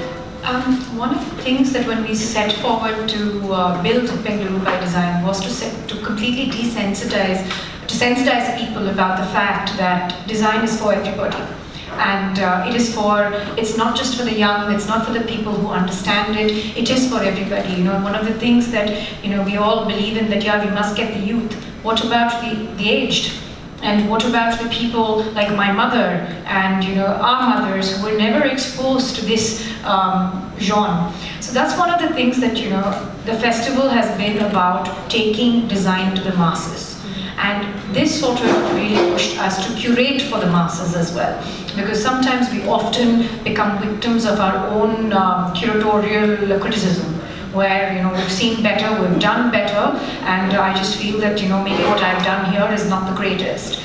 But it is not the greatest for me, but it is the greatest for the onlooker who's never been exposed to design, and for them to be able to relate to something, to have a starting point, is what the festival really believes in, and that is what we've aimed to do. And in terms of really accessibility to most of the people, what we've tried to do is tell everybody that you need to sort of come, critique it, like it, hate it, question it, but at least come and question it. And that is what we try and push people to do, as opposed to sort of, thing. And we don't mind guiding them through the processes. I had one of the old age homes, and I had actually reached out to them, and they had actually sent a whole delegate of the elderly who came and saw the festival. And you'll be quite amazed that, including the water project, later they asked me, what is it all about? And they needed that little push by a volunteer to explain it to them, and after which they really understood what it was about, and they were quite thankful that they were there. And and I also had a simple question, like I told you, my mother saw the sustainable clothing, and she said, but who will really wear them? It's lovely, it looks beautiful, but who will really wear them? And for them to really understand that, this is what tomorrow, I had to explain, it's going to, sustainability, if we're not conscious and mindful of what we use, we will end up being wearing a gunny bag to a forum like this, as opposed to well-made textiles. So I think it becomes a responsibility of the festival to educate people, to include them in the process as we go. I think we should not forget any walks of society, because I think everyone are equally unaware, and as much as they are aware. And I think that is a very important aspect that we try and focus on. Okay, thank you. So taking off from that, I want to bring in Purnima over here. When we spoke, you said something very interesting, which sort of I stepped back and said, "Oh my God, you're completely right." So she told me that, we're talking about festivals and so on, and we're talking about festivals as a platform for stories. And she said, what I do is I try to enable the community so that I can step back. I can step back because it's easy for me, and I think you mentioned this in your presentation as well, it's easy for some of us to put together a festival, to curate, to have access to platforms, to spaces where we can talk about our human experience. So when we're talking about enabling the community, can you tell us a little bit about what that journey has been like? Where did you start from? And where do you think you have reached now? Where do you want to go? I'm going to answer backwards. Okay. I don't know where I want to go. Okay. But we've come a really long way. We didn't start the project with an agenda. We did not start this project with a vision of, we have to have these. I didn't even know what inclusion is. I didn't even know what it means to be a collective. Anybody who would come and paint with me and I'd be like, okay, you're also a co-founder. And then one guy will give me a brush, I'm like, okay, you're also a co-founder. I didn't know, I didn't have a knowledge of these terms. I didn't know the politics of what I'm doing now.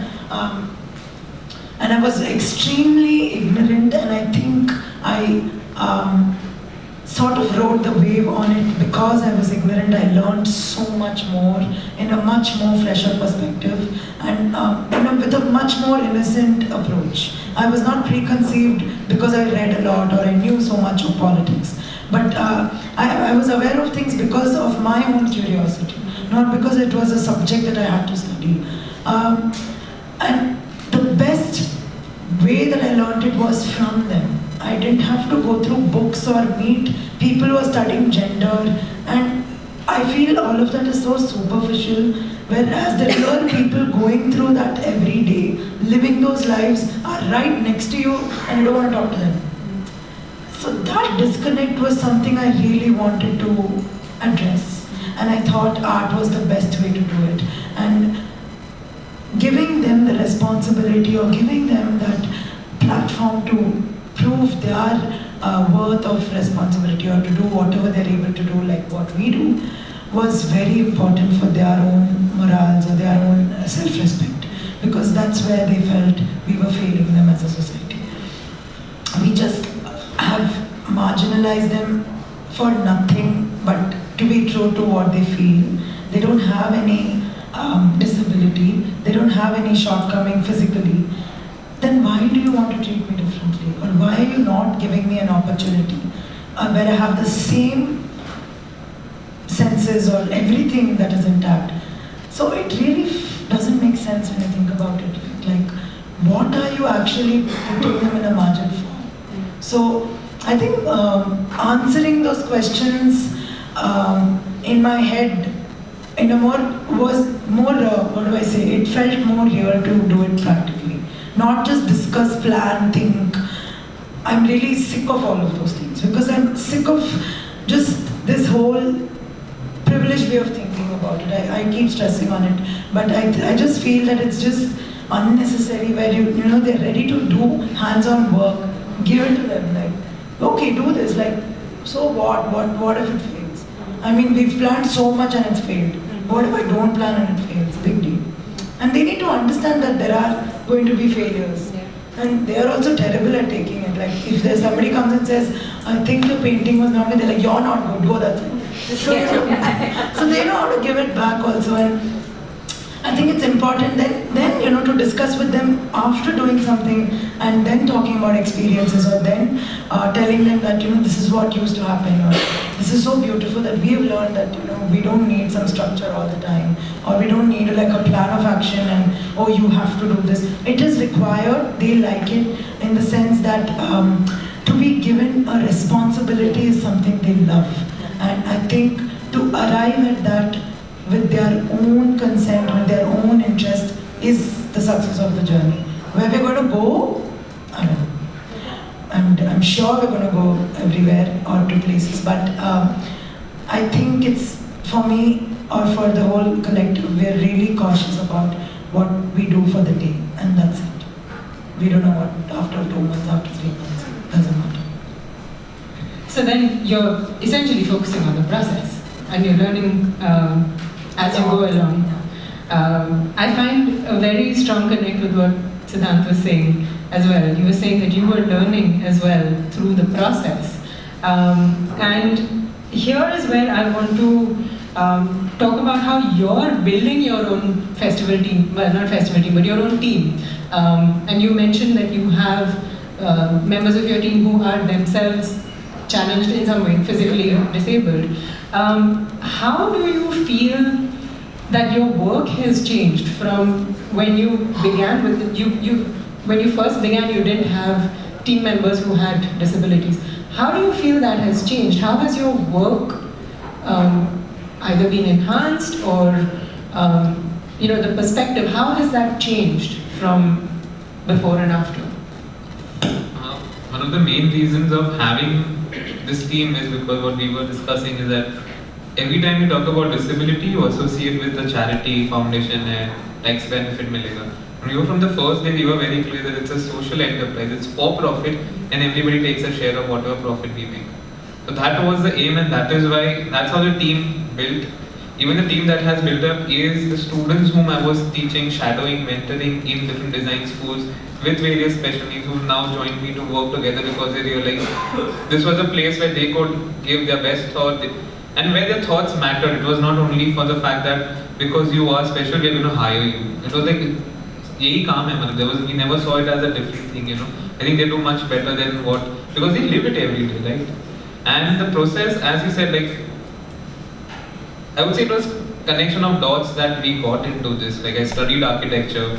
It was my mother becoming visually impaired. We won a competition for UNESCO and ASI, which was to make World Heritage Sites in India disabled friendly, which was a students' competition.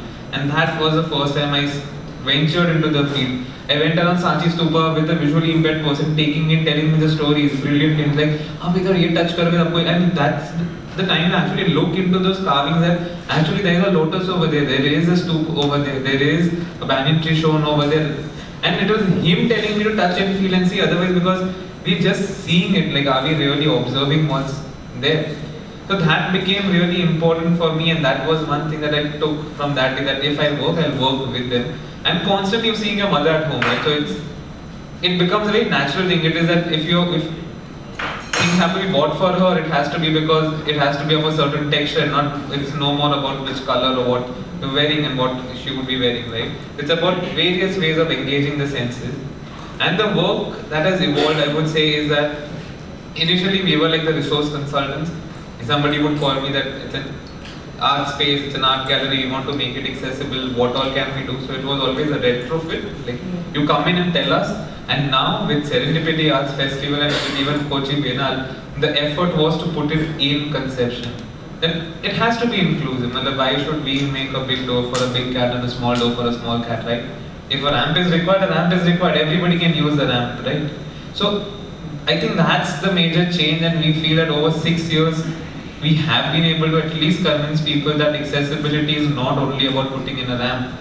Going to schools and working with them. With Kochi, that was the brilliant thing was that they said, first, before you do anything, our volunteers need to be sensitized. So we had proper 2-day sessions where they were blindfolded, they were taught how to even how do you move around with a person with visual impairment, right? How do you use a wheelchair? How do you escort a wheelchair? Because I think at Kochi Biennale, every person on a wheelchair, if you didn't come with a wheelchair, you had a person and a wheelchair at the reception that would take you around. So they were trained about how to move around and things. Because otherwise you would see people taking people down the ramp like this. You have to turn. The way we help, we see, how visually impaired people help. You grab their hand, and that's not how you do it, right? You ask them to actually put their hand on your shoulder, and because the way this moves, you realize the up and down movement of that. So those things were really important, and with all the organizations, even including India Art Fair, where we over the last year, we sensitized this. We had an entire army, a troop of people who were there to help people if required.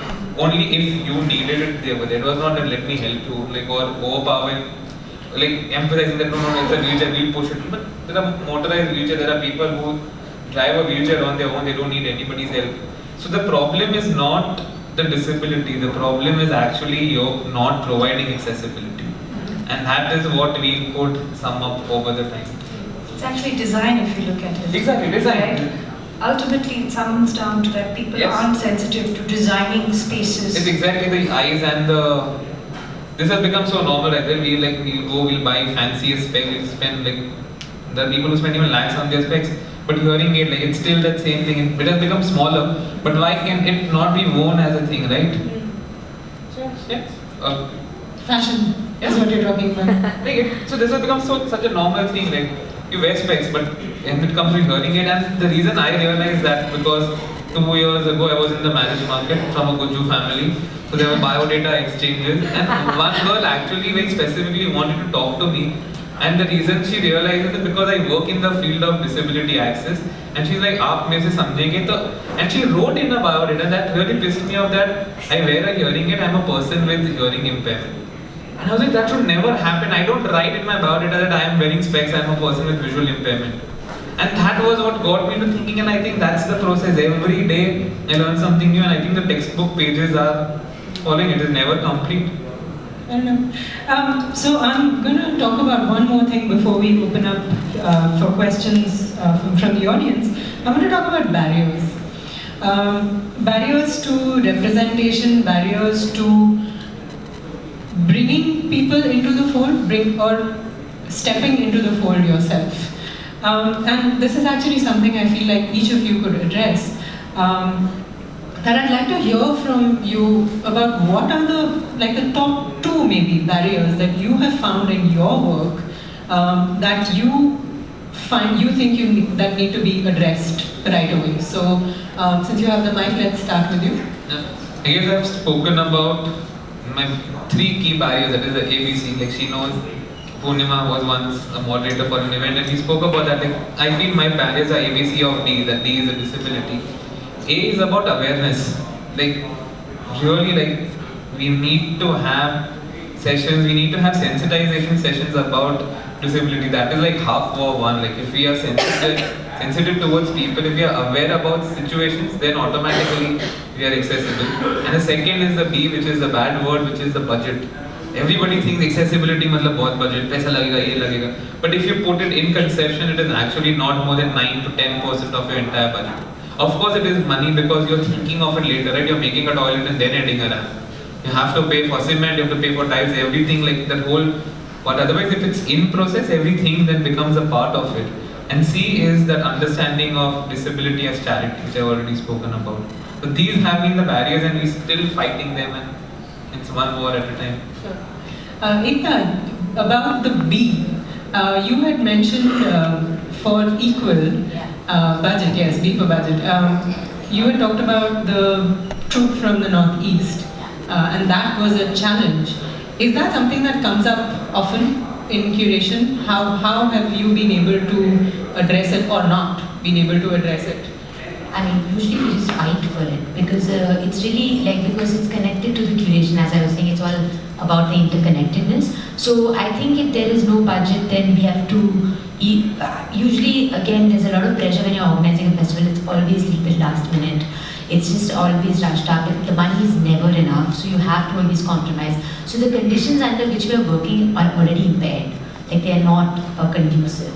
So within what we have, then we have to make tough calls, like in terms of who has access to more performance spaces vis-a-vis people who didn't. How do we ensure what kind of, how can we think of, if we are to say, okay, this person may not be part of this festival, how can we find alternate places for performance for that person? So it's unfortunate that sometimes just the selection process becomes very complicated. But I think if it is a festival called Equal, then in that context we really, so we have to look at the conceptual idea. It's based on the conceptual ideas, looking at also what we choose to represent within that idea of the concept, and then making these tough calls. But not to, I guess, hurt anyone we had thought of initially, but to kind of work with, there are spaces. spaces. I would like to always believe there are spaces and ways that you can make things work. So I don't think we have been able to actually reach out to a lot of people who couldn't be part of that festival, who we featured in our festival for no cost. Because people have given us space, people have come on their own travel, and people trust us. I think one of the barriers that I have been faced, at least with Bengaluru by Design over the last 2 years, is to get the different communities to come in. You know, and I think that's always been a huge struggle. Be it with last year, my primary venue being UB City, and then across different places, UB City is still considered as an elite mall. Bangalore International Centre is still a very polished place. One of my installations on Sunday comes down, and the entire installation gets broken down into bits and pieces of stools where people can take it back with them. And we're trying to get the entire auto rickshaw community to come in. And the kind of barriers we're facing here is that they find that the space, they feel that the space is too elite for them. And these are the biggest problems. That how do you break that mindset in people where they feel that that it's not accessible to them, but it is accessible to them. It is meant for them. We have people in place to make them feel comfortable and make them feel as though that they can also belong to seeing something very different. I think these are the major mindsets that one needs to that I constantly face when we work with things. I don't see to face it that much in Kochi, because I think the spaces are still very raw in the way that they're built. And I think people feel that they still, any kind of person, that we might think a raw space is beautiful, and a person who doesn't come, who aren't the 1%, think the space is, hey, it's raw, I can still walk in. So I think it is to change the mindset that they can go to any space and still belong there. Why is it that a white space of a gallery is always very unwelcoming to a person, and then you put in? So some of the things we try to do is take art to a IT campus. So even forget the auto drivers, including people from technology, they feel we don't know anything about design, we don't know anything about art, and we don't think we belong to this space. What would I come there and do? It's not something I understand. And I think these are mental barriers that we struggle a lot with to change and to get more people to come. And space is again something that you spoke about as well, Purnima. The two different bars as an example. What are the barriers that you have found in your work? I think the first being sympathy. It's something we all hate. We all, meaning everybody hates it. I don't think viewing people as transgender is any sympathetic. There is no need to be sympathetic to it, and I think they really don't like it. One is that, and second is I'm going to borrow Siddhant's thing of having this whole NGO approach, and the minute it's again gender related, and with a community like the transgender community, like I said, is so popular, because they call us because it'll be like, oh, we are inclusive with one photograph that they'll post. I think we're really aware of those things. I draw a very thick line when it comes to those things. That's why I don't think I let anybody else go for a meeting, because I know then and there I'll fight, and I'll be like, I don't even want your project. We'd rather not have it at all, rather than be part of something that's forced and that requires you to be fake, which is something I really dislike, and it's so empty. It's available everywhere. Fake is available everywhere. So I think the best thing I've learned in my life is to judge that, and I think I want to use that for the project. Can I just say one thing? Yes. Because my barrier is not the budget. I have to say No, I didn't mean that way. So I just want to just state my barriers. I actually think it's the lack of willingness to accept the complexity around us. And I think that there lies the real problem, because everybody knows everything. And yet we choose to not see it, and I think the inclusion-exclusion starts here in our own heads. And I think, for example, even in many contexts, I think that we get so anxious with it that we forget, and we just, this anxiety inside us kind of says, we need to make it simple, we need to make it easy, we need to just finish it off, we need to just make sure it's accessible. We use all these words, but what we're actually doing is actually not having the political will to accept the complexity around us. And that is something we cannot ignore any further. I mean, we should just be attentive to that. And the second thing is, I think this lack of willingness leads, I think, to the lack of imagination and ideas. And I feel that there are repetitions, and I'm seeing, it's very obvious now when you look at the frame, how things are getting framed, how it's falling into patterns. And I think as artists, we need to figure out ways to really recenter how we're looking at things. And I think that ways of seeing and ways of listening have to shift. And that's an introspective exercise. So I think that goes back to saying that we probably aren't reflecting enough, and we'll see the same thing over and over again. Thank you. No, what she was saying is very true, because that whole this photo movement, and we've actually had people saying that "Abhi Kartik ji, aur thode alag type ke disable leke aana." It is like what I'm playing, giving a buffet plate or what? And but it is approach, because they think that since they are paying you, and what you were saying was very true. They're like, because we're paying you, and थोड़ा दिखना चाहिए कि हमने accessibility किया है. भले वो एक, so it just has to be like that one tick mark in the checklist that, oh no, now we are accessible. They've asked them to wear saris. Let them wear whatever they want. Yeah, so that is why sensitization and awareness at that level is important. That if you want to do something, you do it for the purpose of it. Don't because so that you can put in your CSR report that अरे हमने ये किया with pictures pushing the reach. Like why do you so this guy, he is a artist. He paints with his mouth, and he's paralyzed. He has no mobility below his neck, and he drives his wheelchair using his chin. The other person comes like, let me help him, but he's like, no, मैं कर सकता हूँ, I can go around. मगर आप नहीं मेरे को. And then we realize there's somebody clicking his picture over there, so that could go for the whatever social media or something. So those things we have to be really careful. And we actually have now that one of the process and one of the things that we stopped doing is that not allowing these kind of things for the thing. Like now we put that in an ROI that, because we realized that over time people were using this as a media story. It became that, oh, we'll make it accessible and now this will be put in the media XY that is now accessible for people with special needs. That's not the concern. It has to be something that you put it in concession and you walk. Technically everybody should come to your art space, right? So you are not doing any favor by making it accessible. So that's very important. Thank you. We're open for questions if anyone has. Thing that's happening at the festival itself when they are interacting with be it the visual art or the performances. How do you address either with design or communication? And I'll probably explain a little when I say filtering that's happening at the giving themselves permission to be part of the festival, right? A topic like this, probably it would have helped if there are more people from distinct backgrounds coming into the space and having a dialogue. Probably, if I may be allowed to joke, just the whole inclusive space of kind of removing so far in the videography and kind of just involving this whole audience as part of the dialogue. So my question is, how do you address as either communication or design to kind of allow people to give themselves permission to be part of a festival, to walk into that space? Like you said, BIC, I think by the design of the space itself does not, somehow people don't give themselves permission to walk in the space, right? And also once they are at the festival, they would be probably visiting the festival because of, because it's cool to be part of the festival, right? Because somebody is kind of tagging along, FOMO, most importantly, or there's too much action happening on social media, therefore I have to be part of it.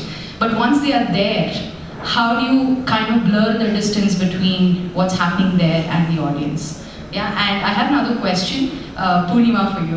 Okay, you spoke about authenticity, right? And I agree that there are people who may not be as authentic as they want to be, but they may have the intention to help and support, and they may have the power of influence to support. How can we help them help us? My answer. The other one. In terms of audience, I just know it in a very brutal, very raw way, I would say. Because all of our events have been in public spaces, and it's very intentional that we wanted it to be in a public space. And actually, of late, the last event that we had was in Ranga Shankara, and we were very uncomfortable with it. Only because I'm sure the space is beautiful and it's inclusive and it's everything. It was not outside. we've always done everything outside. And that was the feedback I got from the trans women. Not about whether their play was amazing, they were good as actors, nobody cared. I was like, what was uncomfortable? They're like, it was not outside. We do everything outside, why didn't we do this outside? So I think we're so scared to do things outside. And I think that's what we are trying to like break. That way, like we don't have a difference between audience and whatever we're doing. If you've noticed also, you won't even know who's doing what. Everybody's doing everything, so it's beautiful, but we all know our roles. In terms of the question that you asked me, I think it's best to take it offline because then we know what exactly you're intending to help at. And it needs to hold some value and it needs to do something good back to you and us. It's not just about somebody coming and helping. Because this whole word of helping, it only does good to your own ego, nothing more.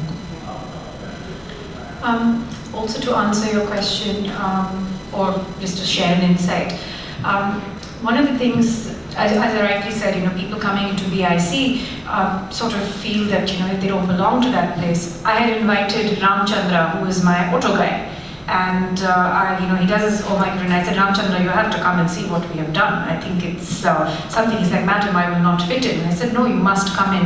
And Ramchandra came into BIC and he was stopped by the servers over there because they felt that, oh, who is he just gate crashing my event. And I had to intervene and say, no, you have to allow everybody in, and this was at the opening.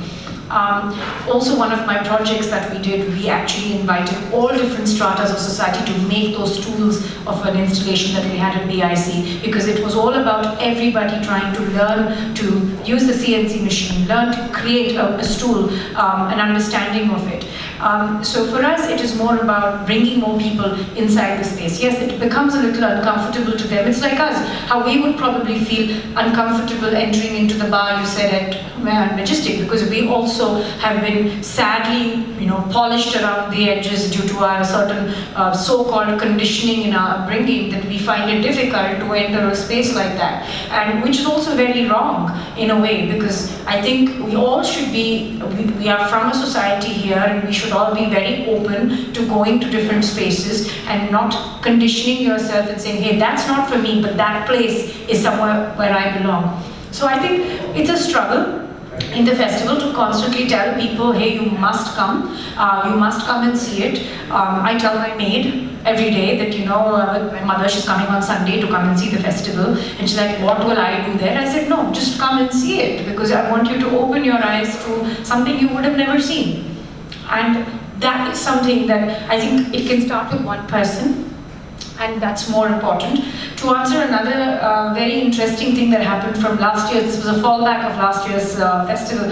A lot of people understand in the professions that I was discussing with you that we are all forced to study engineering or medicine or today technology and so forth, because that's a tick off your list. You can earn your money a lot more easily. But very few really understand what can you do with an arts career or a performance career or a design career.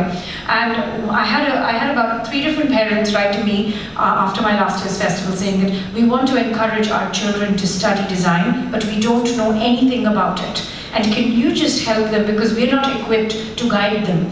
And I think that was one of my biggest achievements of the festival, honestly, because if I can change 3 parents' mindset to encourage their children to study something other than an engineering degree or an arts, any other degree, and take on an arts career, I think I've gone one step further. And I think that is the barrier we need to first cross. We need to change people's mindsets towards people, including with caste. I absolutely, I was working with the government on a certain thing, and we do have a minister who's now working, they still want to call it the SCST, and you want to work for the SCST. I'm very uncomfortable with those words, because for me, they are equal.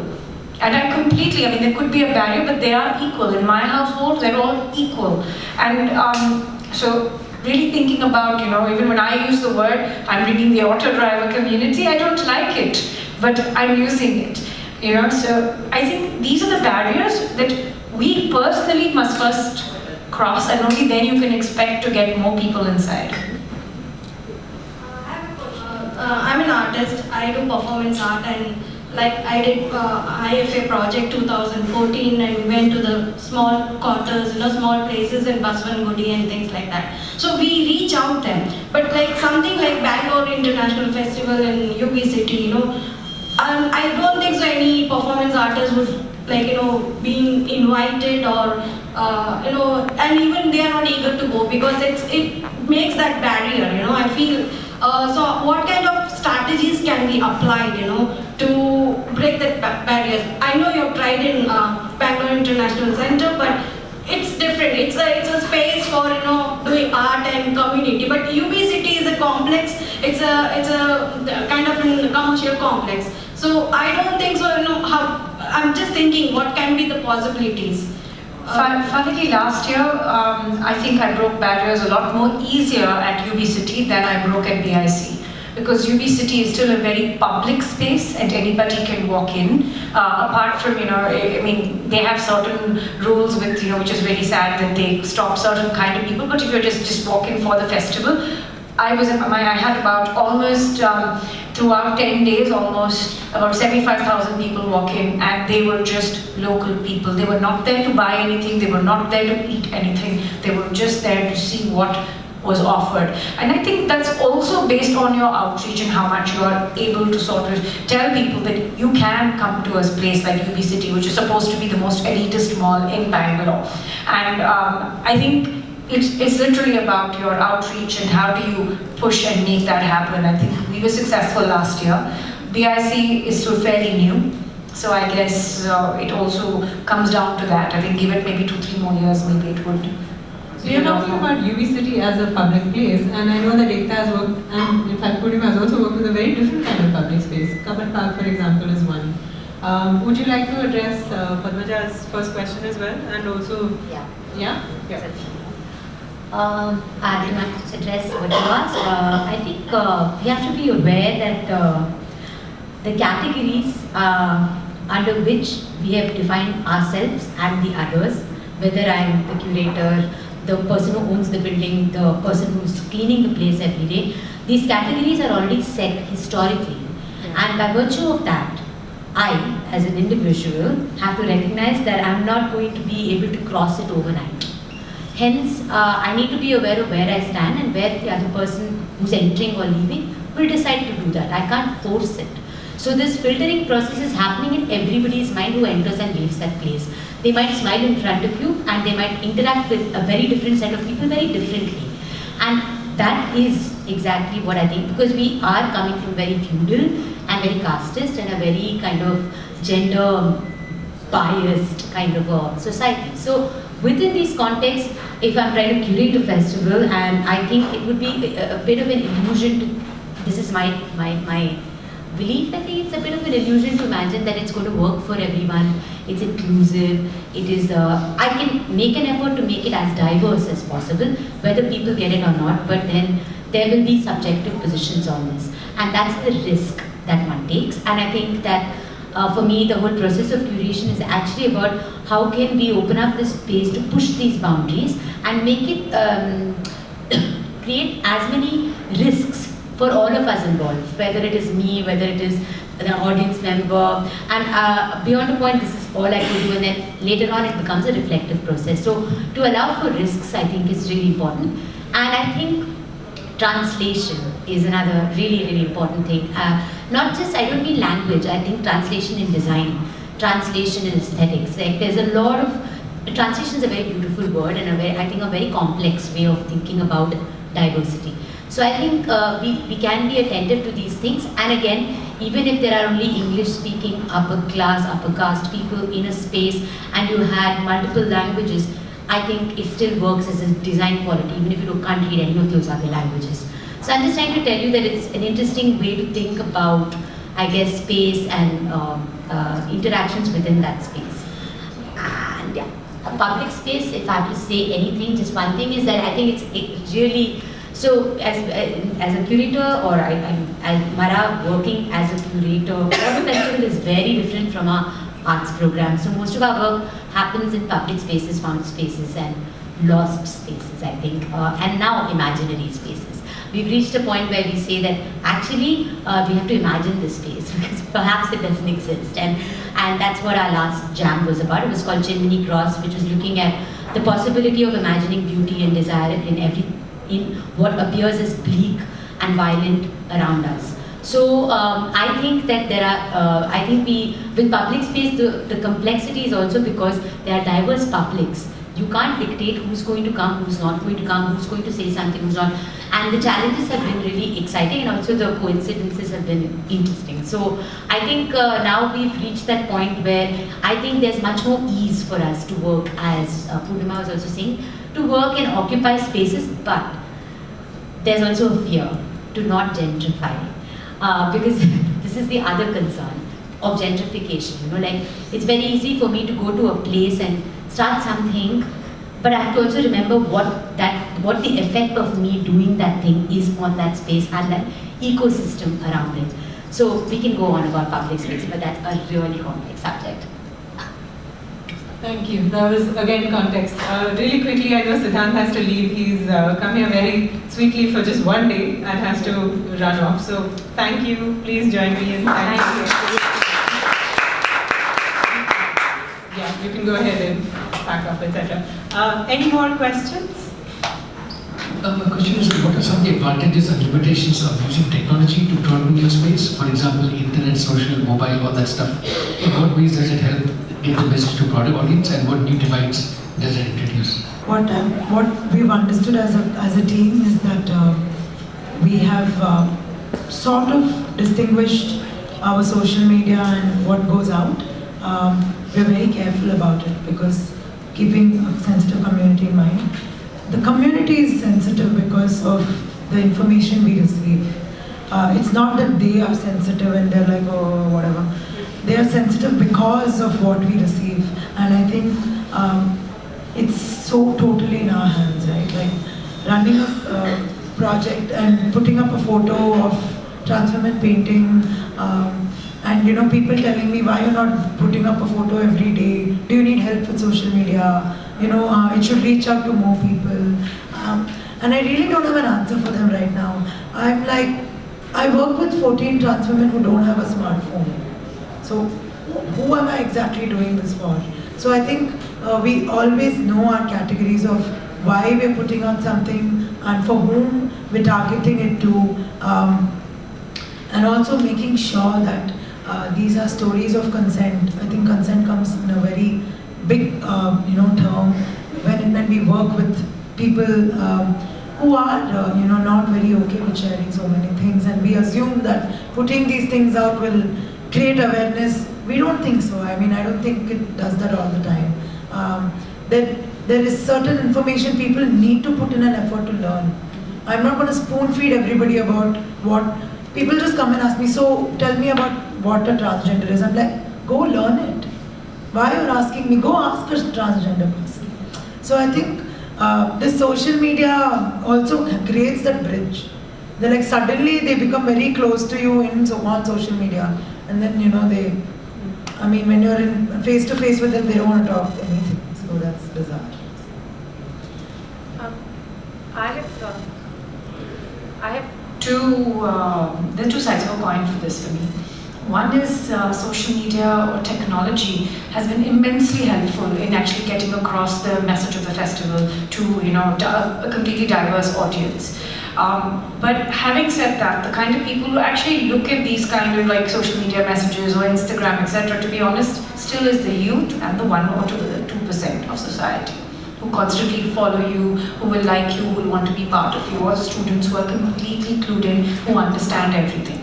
But the actual society that I really want to bring in is that middle class homemaker, who'd rather listen to music on her phone, right, or send WhatsApp forwards to her little groups of family groups are there, because I want them, they're the people who are nurturing the future designers, and we'd like them to also be part of this festival. That is something that technology doesn't help us reach, sadly, and as much as you want it to.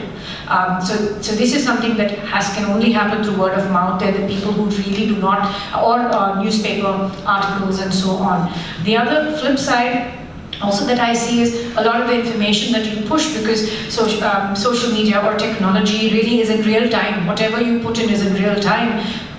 Media picks it up, and maybe one error gets sort of amplified to that degree, which kills the festival or the intent of what somebody is trying to do. So, there is a good side and a bad side, but the reality is technology is here to stay.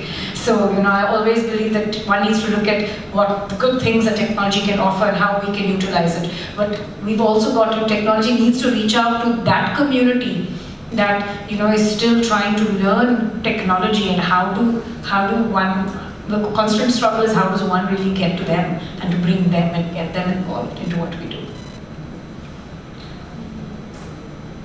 I don't really know how to answer this, only because inside Maraa, there's a lot of conversations about technology difference. I don't really like to use a smartphone, so I use a very basic Nokia phone.